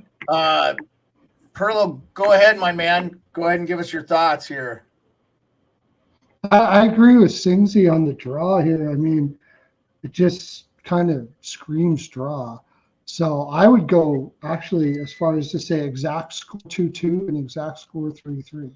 You're probably getting like plus. You're probably getting 13 times your money or 12 times your money on both of those scores. If you like to draw, I don't think it's going to be a crazy draw. I don't think it's going to be 4-4, 5-5, and I don't think it's going to be 1-1 either. So exact score 2-2 or exact score 3-3, throw a little bit on the draw. But honestly, for me, ultimately, I think Carolina wins a game. That I do think that even if it goes into overtime, ultimately, I think Carolina will win the game. I think Vancouver will be happy with the draw here. And Carolina's coming into this second half of the season. You're talking about a Brindamore coach you're talking about two coaches that have these teams dialed in. And I'll take, if you have both coaches having two teams dialed in, I'll take the home team. I'll take money line, draw, exact score 2-2, exact score 3-3. That would be my plan. I'll tell you what, I just looked it up. The 2-2 and the 3-3 are both plus 1,300. So 13x, you can bet them both. And yeah. Plus 1,300 is not bad either if you hit on that, right? Carolina is 7-2-1 in their last three. They've won 3 straight. They're playing great. Don't you just love the coaching matchup, Tocchet versus Rod Brindamore? Boy, they had similar careers almost. You'd say Tocchet was probably more gifted offensively, and Brindy was probably a little bit better of a physical player, but you wouldn't want to tussle with either of them. Vancouver's 8-0-2 in their last 10 and have won one in a row. Man, I just love how the way Vancouver plays defensive and offensive hockey. The Vancouver Canucks are plus 59 and the Carolina Hurricanes are plus 19. When it comes down to everything, goaltending matters. And if it's Thatcher Demko or if it's Casey DeSmith, I like the Canucks in this one, my man. Rico, go ahead and give us your thoughts. I don't know why I said I wasn't going to say anything. I said it, but anyway, I had to go with the Canucks on that one. I'm just going with the home team here. If it was in Vancouver, I'd probably take the Canucks, but probably take Carolina and maybe some sort of draw. Yeah, there's just going to be a battle of kind of teams that are saying, hey, we're going to win the cup this year. No, you're not. Yeah, you are. And, the goaltending's a little better in Vancouver. Kochekov's playing well, but yeah, I'm just waiting for Pearlo to throw to Sidney Crosby trade this year. Crosby, would he getting traded this year, Pearlo, or next year? Now it's being hey, listen. We give Pearlo hot takes throwing it up. Hot takes throwing it in chat. Everybody's like, I'm waiting for Pearlo's big trade request. Yeah. I brought it up a year ago, and now everybody's talking about it. Yeah, no, it's probably maybe next year, the year after. I don't know, but I do believe he won't be traded. So, never going to happen. Yeah, that I knew you were going to say that. Never going to happen. Ian says that too. Everybody says. Yeah. Why would Crosby want to stick around in that team? Why? Okay. Anyways, that's for another time. Next game. We can talk about this later. No, it's all good, man. I'll let you have your day in the sun. By the way, ironically today, Super Bowl week, the Pat McAfee show was talking about Al Iafredi and his skullet and his 105 mile an hour shot, slap shot. Hanging out of his crazy. nose. I loved it. Yeah. It was great. It was good. It was great. Imagine if Brady had the sticks they have today. Anyways, yeah, that's crazy. Yeah. Rico, what do you got on this game here? Which one? The Canucks? Canucks Hurricanes. You said already. Yeah, you said I said home okay. teams. Flyers at Panthers. Flyers are a plus 180. I'm not taking the Flyers the rest of the year, boys. I wouldn't even touch this game. Singsy, what do you think here? Flyers, Panthers, plus 180, road dog for the Flyers, and the over-under in that game is 6. Yeah, I like the Cats. I think that's a team that's going to not suffer from the break like a lot of the other teams do, just because of their core leadership and the group they have. I think this is going to be a fairly easy win for the Panthers. I like the puck line, -1.5, plus 114, and I think a hot take. I'm with you, brother, and I like Varhage. Yeah, Varhage. Yeah. What are you getting for Carter Verhaeghe at odds? He's probably like plus 200 for a goal scorer. Let me look, maybe 180. It is 150. So they're liking him. They're already betting that, but still, I just think the Cats are going to be a tough beat tomorrow. And in reference to hot take, said betting the mortgage on the Panthers here. Occupancy, go ahead. Don't bet the mortgage, John. Yeah, this is an interesting game here. Florida's got one of the best defenses in the league right now when it comes to letting their opponents score over 3. They're right in the ranks with Winnipeg and Boston, top 3 defense here. I like Florida all in all. There was one angle I was taking before the break with Philly and all the nonsense with, the lawsuit. And it worked. Philly did fall, and we were able to capitalize on a couple of those games at the end there, betting the other team. Do you think Philly bounces back here tonight? Probably not.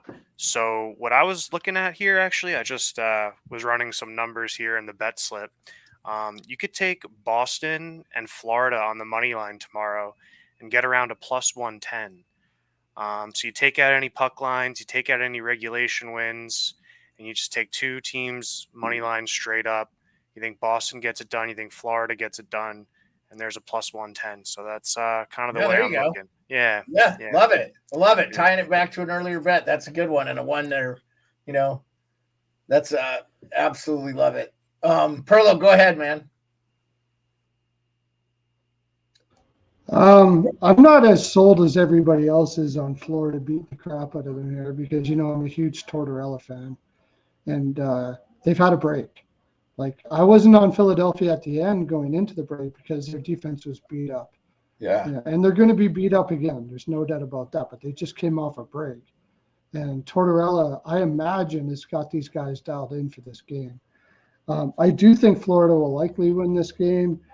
But I'm not as sold as everybody else is. I wouldn't bet the farm on it. What I do like is the under. I think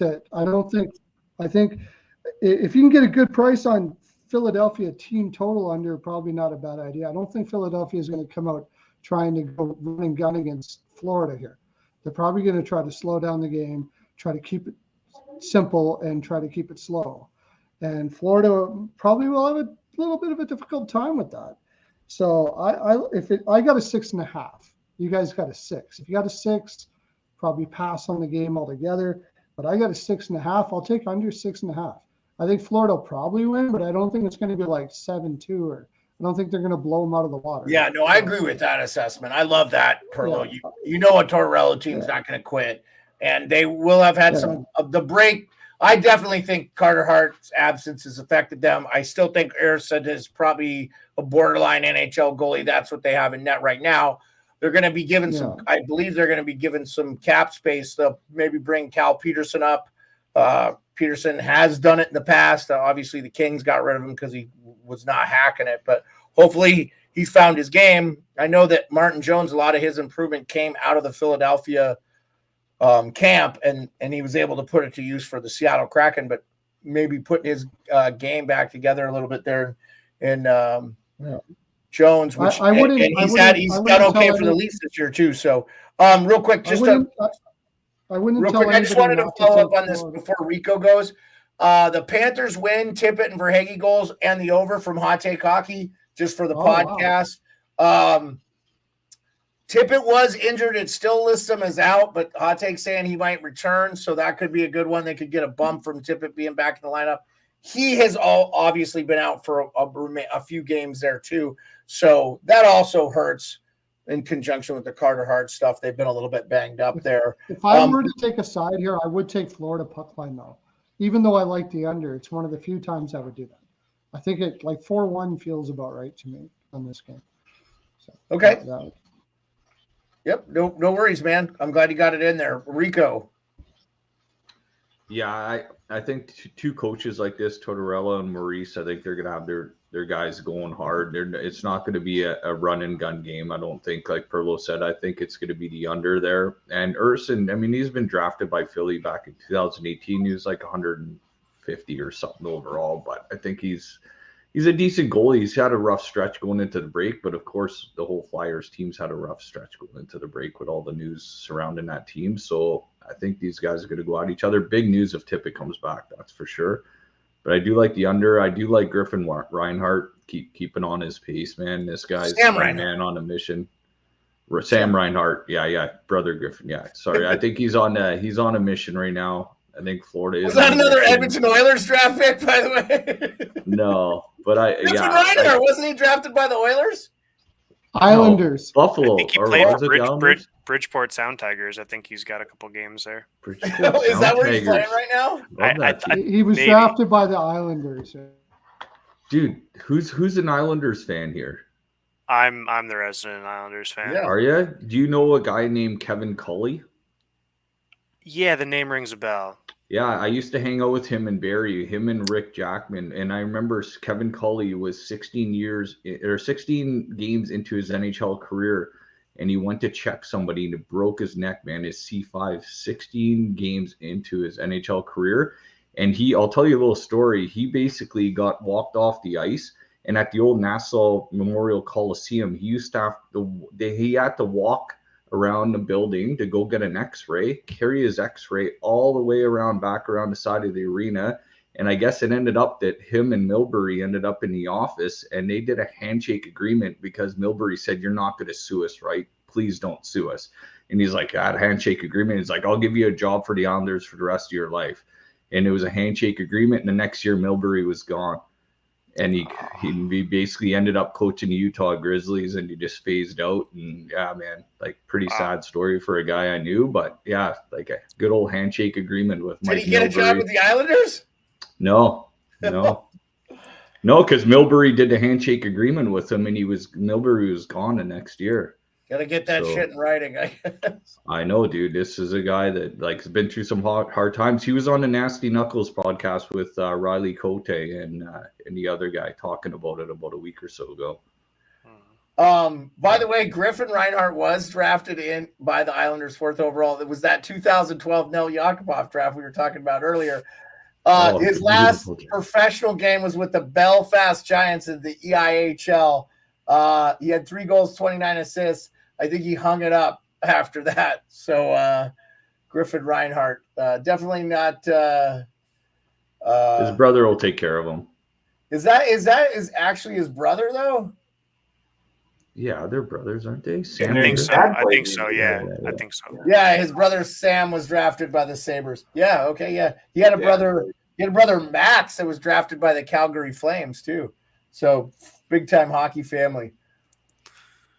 I got Panthers futures to win the cup, so go Panthers. Yeah, for sure. So do I. Sorry, here, boys. By the way, Arm Dog liked their thing. Shout out, Arm Dog. Thanks for liking the post. Best guy ever. I bet you I could ask Colby to come on, and I would have loved to have surprised you with him tonight, Singsy. But I know for a fact he was working Sportsnet tonight. So I was like, it's so hard to – that dude is working, man. He's working. And he's a full-on American, but he's an old Sasky boy. I know. I was so happy how bummed out he was when Canada lost in the World Juniors, because it's like, yeah, you're an American now, but you still pull for Canada, Oh yeah. Which I don't mind, man. Like, I get it. Yeah, that was great World Juniors this year. That was unbelievable. Yeah, such a great. Yeah, I mean, I think we're always disappointed if we don't face Canada. I think we played them in the preliminaries or whatever, didn't we? But, yeah, well, it's going to get better with the international stuff, with all the stuff going, right? Okay, let's move on to the Jets Penguins. I mean, the odds on this are actually very weird. There's no plus. Pittsburgh should be a plus 115 in this game, I think. I think the Jets are going to get the Monahan butt, and they're going to just walk over this team that's not good. Crosby's having a great year, but Andrew Deller, thank you for me. I appreciate that so much. Shout out Kim in the crease for shouting us out.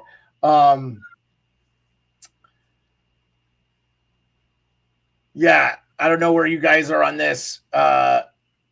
This is a weird one to me. The over-under is 5.5, by the way. Andrew likes the Jets. Singsy, what do you think? Yeah, it's a weird game. My heart's with the Pens always, but man, they're playing like shit. Their power play is a disaster. I'm not going to touch this one. Winnipeg should roll them, but you just never know. There is a prop I like on this one. So for my prop peeps out there, and I am one of you, you're with me. I like Kyle Connor, power play points, plus 230. The Pens, They give up a lot of penalties. They're slow as fuck. And their PK is not great. So Kyle Connor, plus 230, power play points.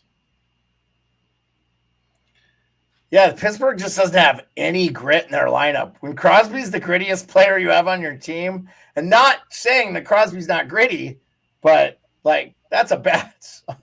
Yeah. That's a bad sign for them. And so that was plus 220 for Kyle Connor, plus power play point. All right, I'm writing that down. That's going to be part of our specials of the day from Singsy, from our guest. I will live bet that as we're talking right now, actually. That's okay. Live betting it. Yep. Kyle Connor plus 220 for a power play point. Go ahead, occupancy.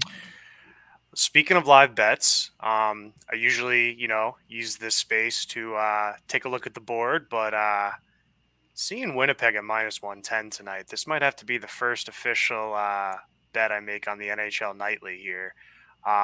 Winnipeg is a machine on the defensive end here, and I don't think they ended the break the way they wanted to by losing 2 to the Leafs.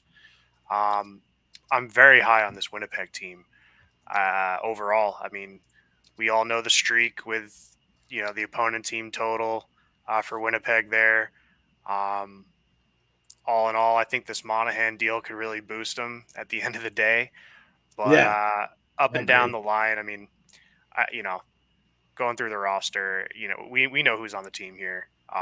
They're great, and I think this is a little mispriced. I think Beard was right. I think this should probably be a plus 115 for Pittsburgh. So maybe the books know something. Maybe Winnipeg had some issues at the border for travel or something weird, or maybe, because the books price, the books aren't stupid. They price these accordingly with that.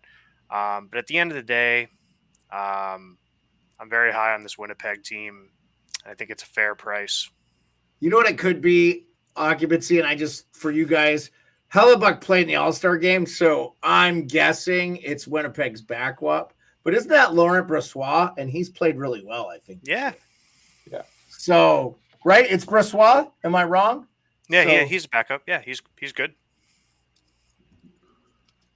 Yeah, that's definitely the reason, the goalie. Yeah, I was going to say that makes sense there.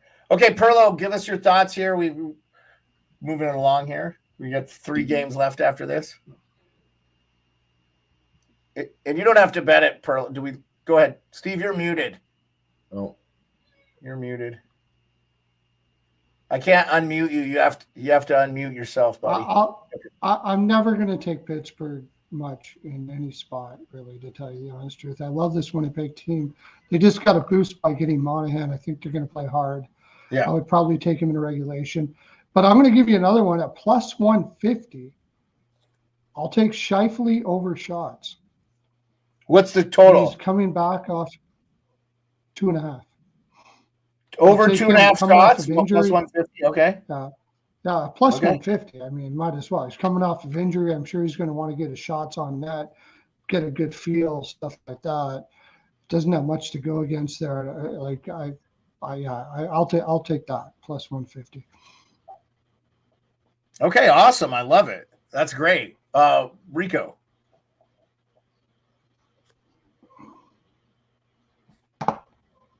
Muted. I know Hellebuck's Muted, Rico. expected right now, so it'll be Oh, they're interesting saying to see, but I Hellebuck. think- Okay.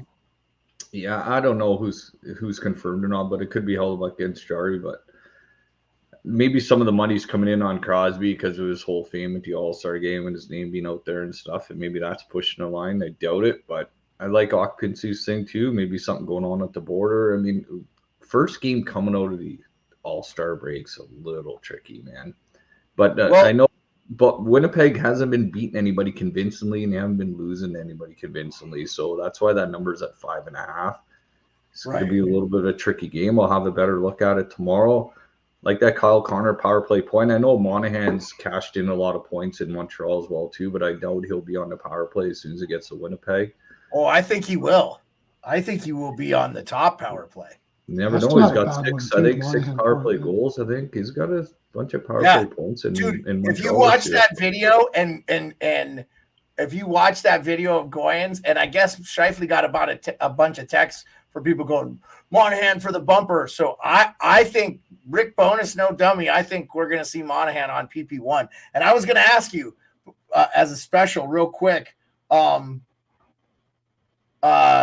Crosby 2 points. What's the odds on Crosby 2 points? Because goal or assist, whatever it counts points, right? You do not assist points. What's the thing on Crosby 2 points? Because the Saravelli criticism, I think, definitely got to him, and he's one of those guys that's like Jordan. He'll make some shit up to motivate him. So what's the odds, Singsy? What do you get on the odds for Crosby plus 2 points there? You can unmute yourself and let me know. I'm just curious for you guys.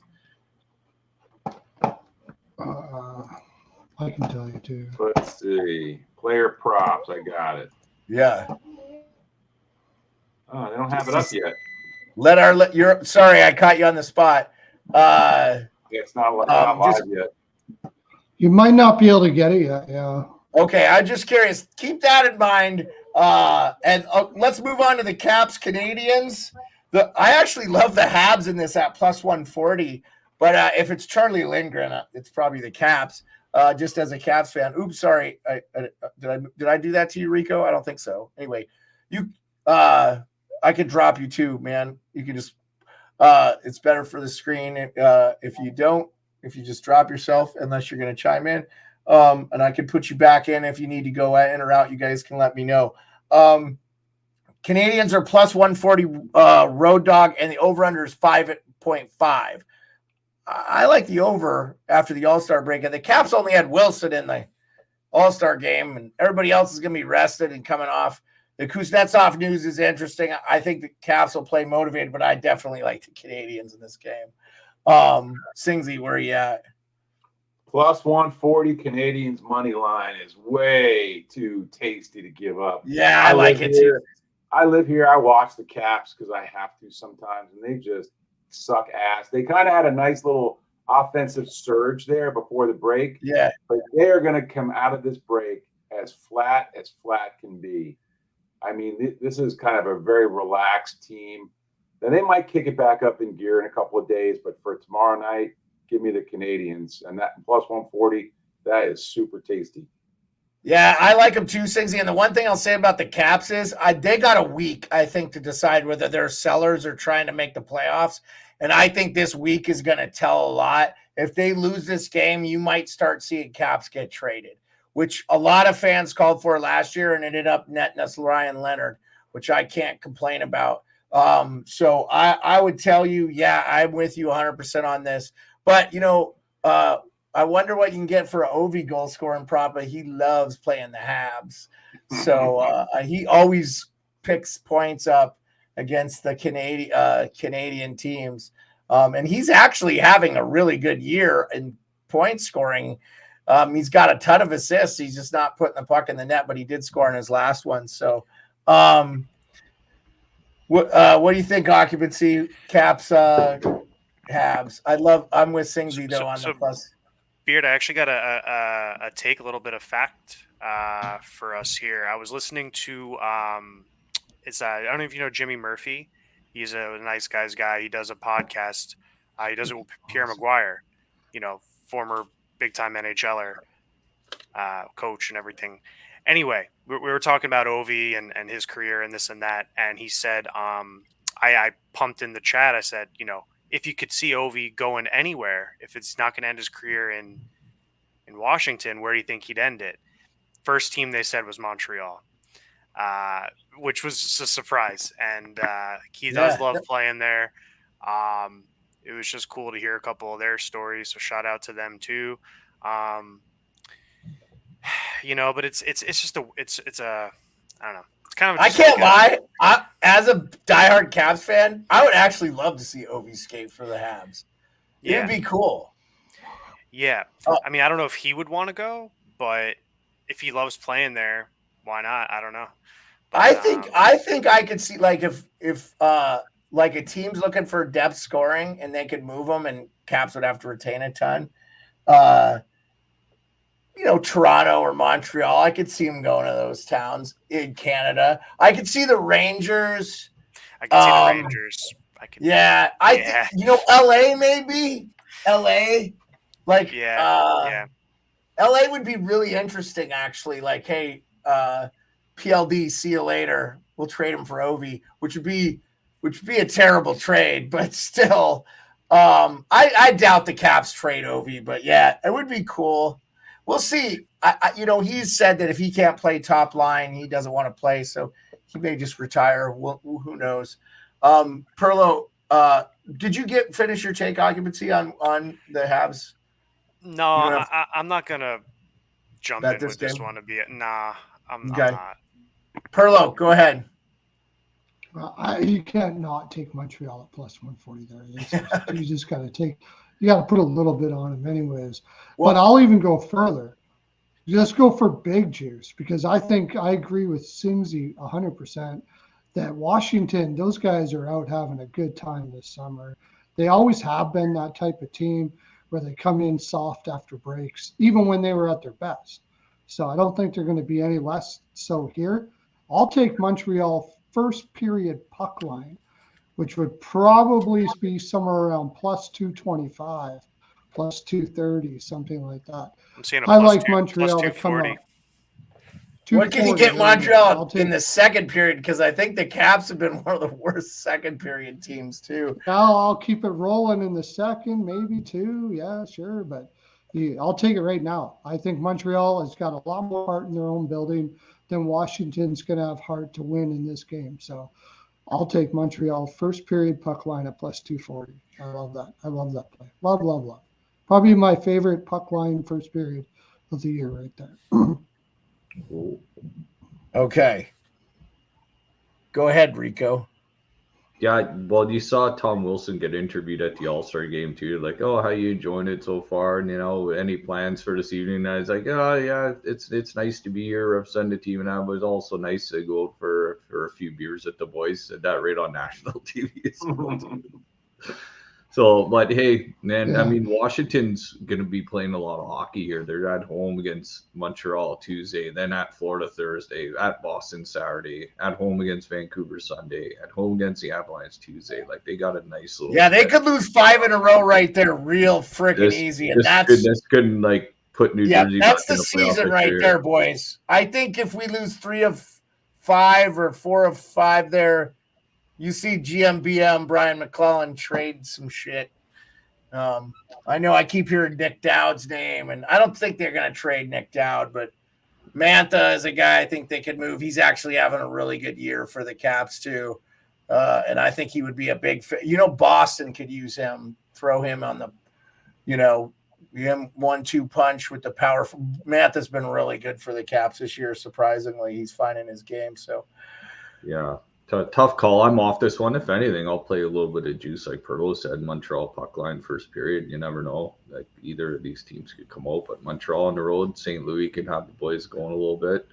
What's the shot prop on Pacioretty? I'd be interested. He's getting a lot of shots off on the power play, and him and TJ Oshie have had some really good. Heavily juiced, -150, -160 for over 2.5. Okay. Yeah. Screw that then. If you were getting plus money, no. What I'm saying, like, it's. Oh, by the way, which means he's probably going to hit 3 shots, right? That's. I thought Montreal was at home, but I still stick with it because Washington. No, it's in Washington. Yeah, that's the last of the 7 o'clock game. I'll still take Montreal because it's like a road game almost for Washington, anyways, because everybody's had to come back home and get together and stuff. So I'll still take it. Montreal puck line.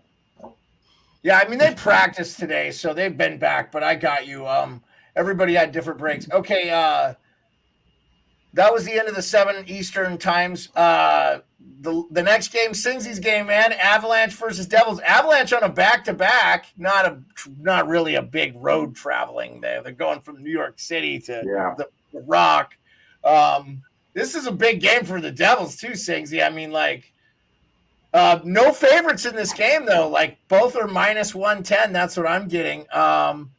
Again, these are the NHL's official lines, but I do have an over-under of 6.5. I'm going to tell you guys before we go into these last games, I'm taking the under if I'm picking over-under at all. Every one of these games now, I think teams are playing tight. There's so many teams in contention. You're not going to see a bunch of blowout games. I think you're going to see more unders hit this second half. And I bet if we go back and look at the percentage, it's going to be a much higher rate of unders in the second half of the season just because everybody's fighting for their lives right now for position, and everybody knows like you want that number 1 spot in the West, and because the 8th's probably going to be not the greatest team. You never know though. So I don't know how you guys feel, but like 6.5 feels really high in this game. Colorado has not been a great road team, by the way. Let's not forget this is not the Stanley Cup champions of 2 years ago, and they are missing a lot of depth. No Nichushkin, obviously Landeskog has missed another season, and then But I will say tonight, Zach Parise looked sharp with Joe. They got him playing with Johansson and stuff, so we'll see how that goes. And that's, Johansson had some good things to say at the intermission about him and his hockey sense and stuff. So anyway, Singsy, this is your thing. We brought you on for this whole reason. Talk some Devils. We did do that earlier, but some Devils gambling. I'm assuming. Do you lay off your own team just so you enjoy the game more, or do you do more prop stuff and make it more exciting? Oh yeah. I'll have like 10 props on every Devils game, not big money, just because I watch them so closely. Right. The problem with the Devils right now is they're still really banged up. A couple guys are getting back. They limped into the break, just playing some god-awful hockey. Captain Nico Hischier called the team out, basically said, we want to make the playoffs. It's now or never. So There's a lot going on in this game. You got, like you said, the Avs on a back-to-back, went to overtime. The overtime didn't last long. Coming into the Devils game, who are a team that's desperate, but gosh, this year, every time they've tried to play desperately, it's cratered on them, and they wind up playing like shit. So I'm not going to touch the game in terms of who's going to win. I don't trust the over-under line. I would lean to the over if someone, put a knife to my throat. So I'm going to be betting props. Eric Halla's wife had a baby this weekend, so I will be betting Eric Halla anytime goal. Yes. He is at plus 300 anytime goal. So I'll put. Oh, nice. I like these kind of milestone games for these guys. I bet Nate played his 400th game anytime goal. He hit it. That was like plus 700. And then I like Jesper Bratt for a power play point at plus 290. So I'll probably have a couple more tomorrow. I'll post them on Twitter, or people can DM me. Jesper Bratt at a point plus 290? Power play. Oh, power play point. Okay. I was going to say, Dude, Singsy, let me Venmo you like $100 on Bless. Yeah, no. Yeah, if you ever want to put anything in, dude, just let me know. But yeah, that one I like Brad for a power play point. I think the Avs, they play a pretty tight game. I think their legs are going to get, caught up to them probably halfway through the second period. So I would bet, again, knife to my throat, I think the Avs first period, Devils have first period problems. I'd probably put money on the Avs puck line. But then the Devils will claw it back in the second period, and then it's anyone's game. Plus, Nate Dogg's going to be all pissed off because they lost against the Rangers, right? So you're like, why can't we get an Avs team that won in overtime? But Totally, dude. Totally. Definitely not making it easy for you, Singsy, and your Devils, my man. Go ahead, Occupancy. Yeah, over break there were a lot of moves. A lot of headliner moves. But one that didn't get talked about too much was Colorado dropping Prosvetov, and is no longer, I think, on the team. It was their backup goalie going into the year. So that means right. Go ahead. So that means they're riding with Justus Annunen, which if you take a look at his game logs, he's either letting in 6 or he's having a good game. So you think, because Georgiev played tonight, right? And they have got to start resting him. I know Chris McFarland has come out and said everybody fucking knows it too. Nobody wants to give them a goalie. Hot Take was in here earlier, spin doctoring, maybe that Capitals trade Kemper back. I guarantee the Caps would trade Kemper back before they trade Charlie Lindgren. But anyway, Occupancy. He'd be Go great. ahead. I mean, Kemper would be a great fit back in if they could swing. Well, they know him and he's on a decent deal. So. Yeah. But over the course of the season, I know we got to run late here. We got a lot of games to get through, and No, we have one more after this. But yeah. But Singsy and Rico are on the East Coast. yeah. I don't want to lay it out too much, but no, they were talking about how maybe there's some mismanagement in Colorado, and they're playing Georgiev too much, and who's gonna. They don't have a choice. Well, I mean, they did. I mean, Prosvetov was not terrible in my opinion, but anyway, this kid Justus, I don't know if he's it. And if you're giving me -110 with New Jersey, kind of seems like a hold your nose and bet the New Jersey money line tomorrow kind of thing. It's probably where I'm going to end up, just because I can't trust Justus.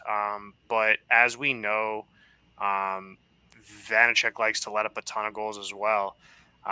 So I agree with Beer what you're saying about the unders. But in this one, especially if Colorado didn't blow up like they could at any given night, and Hughes is back, right? Jackie's back tomorrow night. No, he's not back. Jack Hughes is not back. I don't think he'll play. He was in a I thought he was skating. Yeah, he skated in a non-contact jersey. Okay. Probably at least 2 to 3 games away. Maybe this weekend, we'll see. They need Timo Meier to be who he was out west, and they need it's like come on, man. They give you all this money. I know he's battling some injuries, but it's like come on at this point. But I don't know. It's a tough game.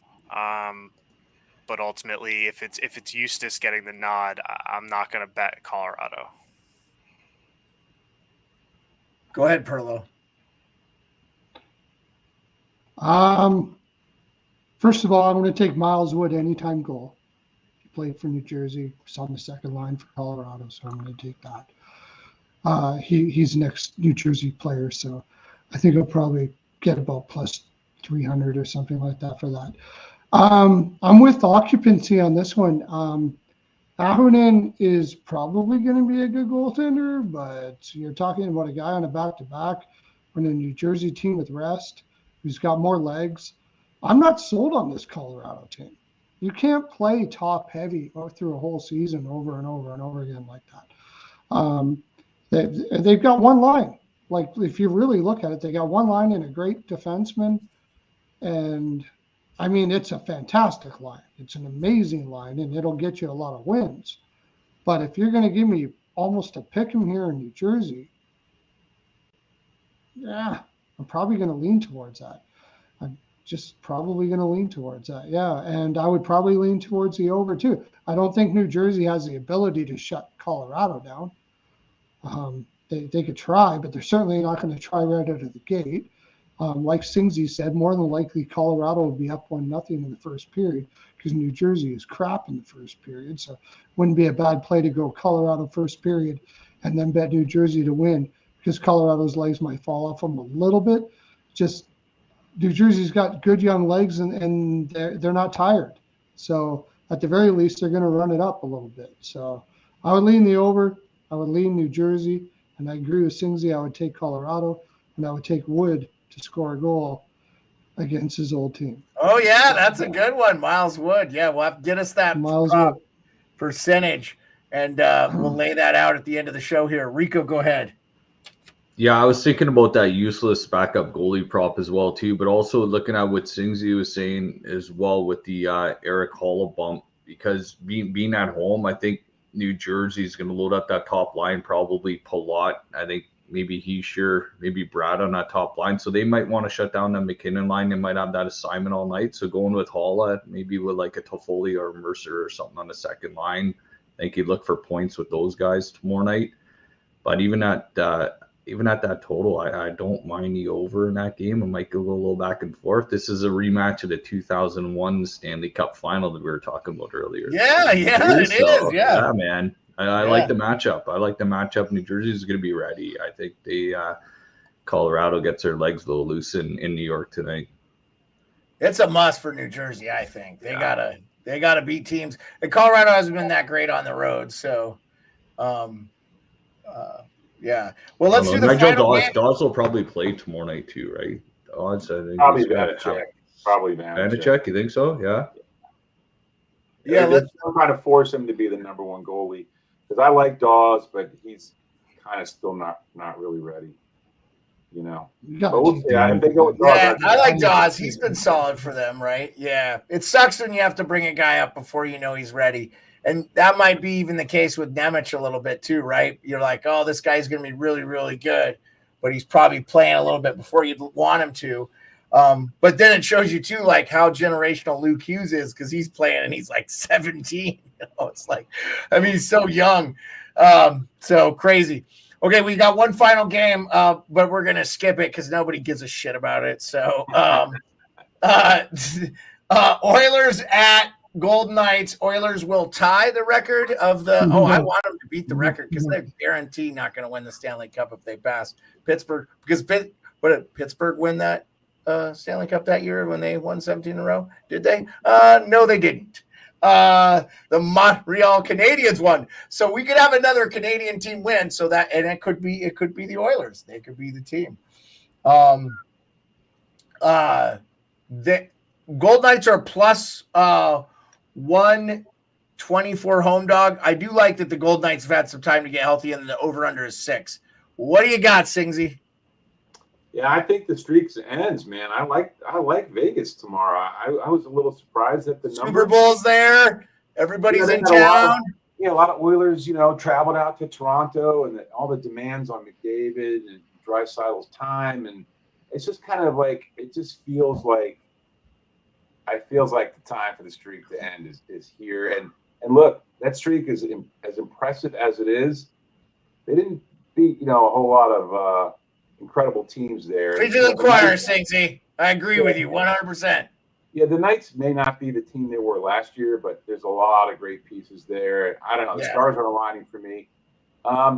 This could, at 6, I would probably take the over just because, it's an even number. So worst case scenario, it's not going to be under 6, I don't think. So I'm going to go over 6.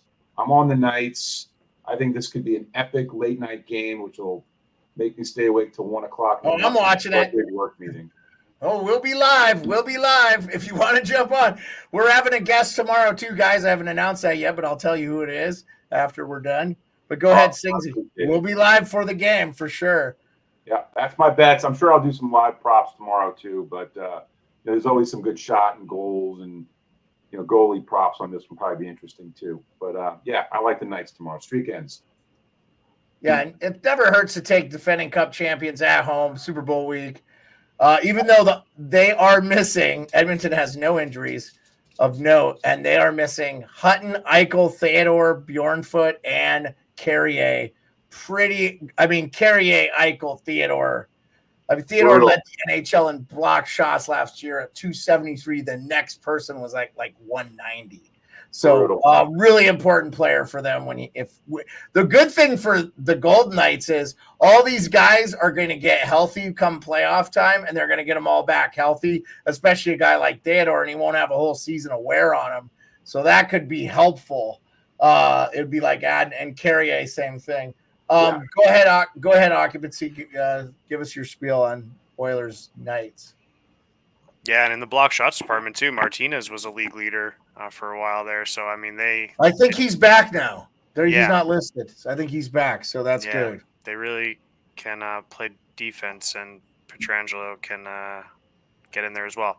This game, I gotta just look at the opening line and kind of make my assessment on it that way. This opened up at a -125 for Edmonton. So all the sharps who over the weekend, instead of betting college basketball, were waiting for the lines to open, and they grabbed a -125 with Edmonton. I'm not going to pay a -150 for it. I think the streak continues. I'm an Edmonton believer. In McJesus we trust. I think he's a generational talent up in the ranks with everyone else. McKinnon, Pasternak, Kucherov, all these guys. I think McDavid's right there. I think he's going to get his cup eventually. I don't know if it's this year.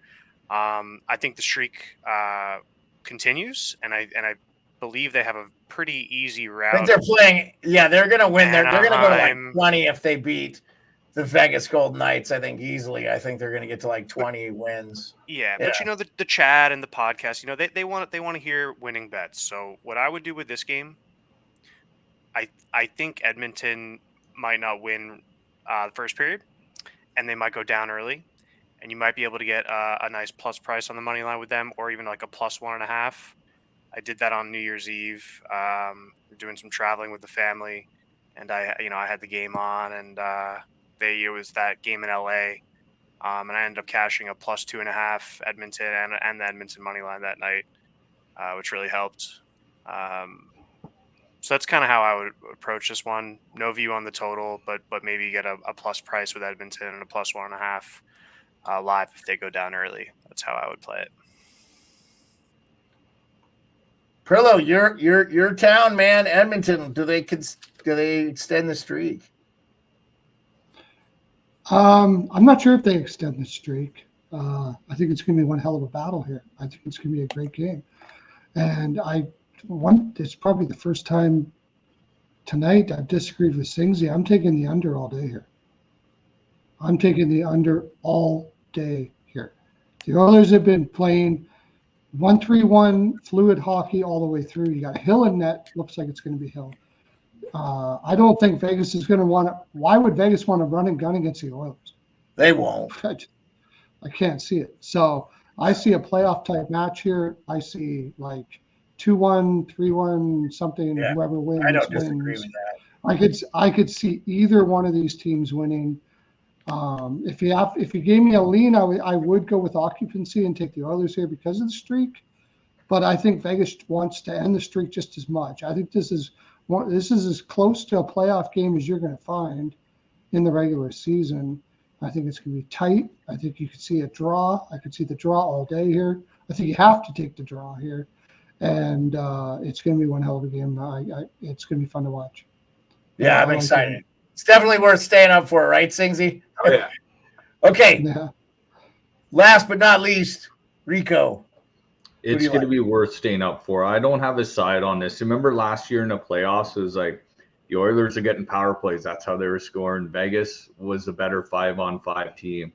It's just like these teams have kind of reversed a little bit where Edmonton's tightened up a little bit better defensively lately. So it's been nice to watch. But, McDavid and Draisaitl have been in Toronto last weekend. They're probably, hanging out and everything and sending the PJ down to Vegas and being like, this is a business trip, boys.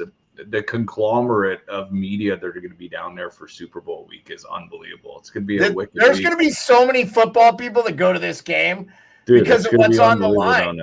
Yeah, what a perfect time for it. It is a perfect time for the streak. I know. It's a perfect time to be in Vegas leading up to Super Bowl, having the Oilers in town. So, man, it's just tough to pick a side. I don't, like Pearl said, I don't mind the under, man. This thing might be just a battle, but skill's going to take over. And if I had to take a side right now, I think it'd be Edmonton.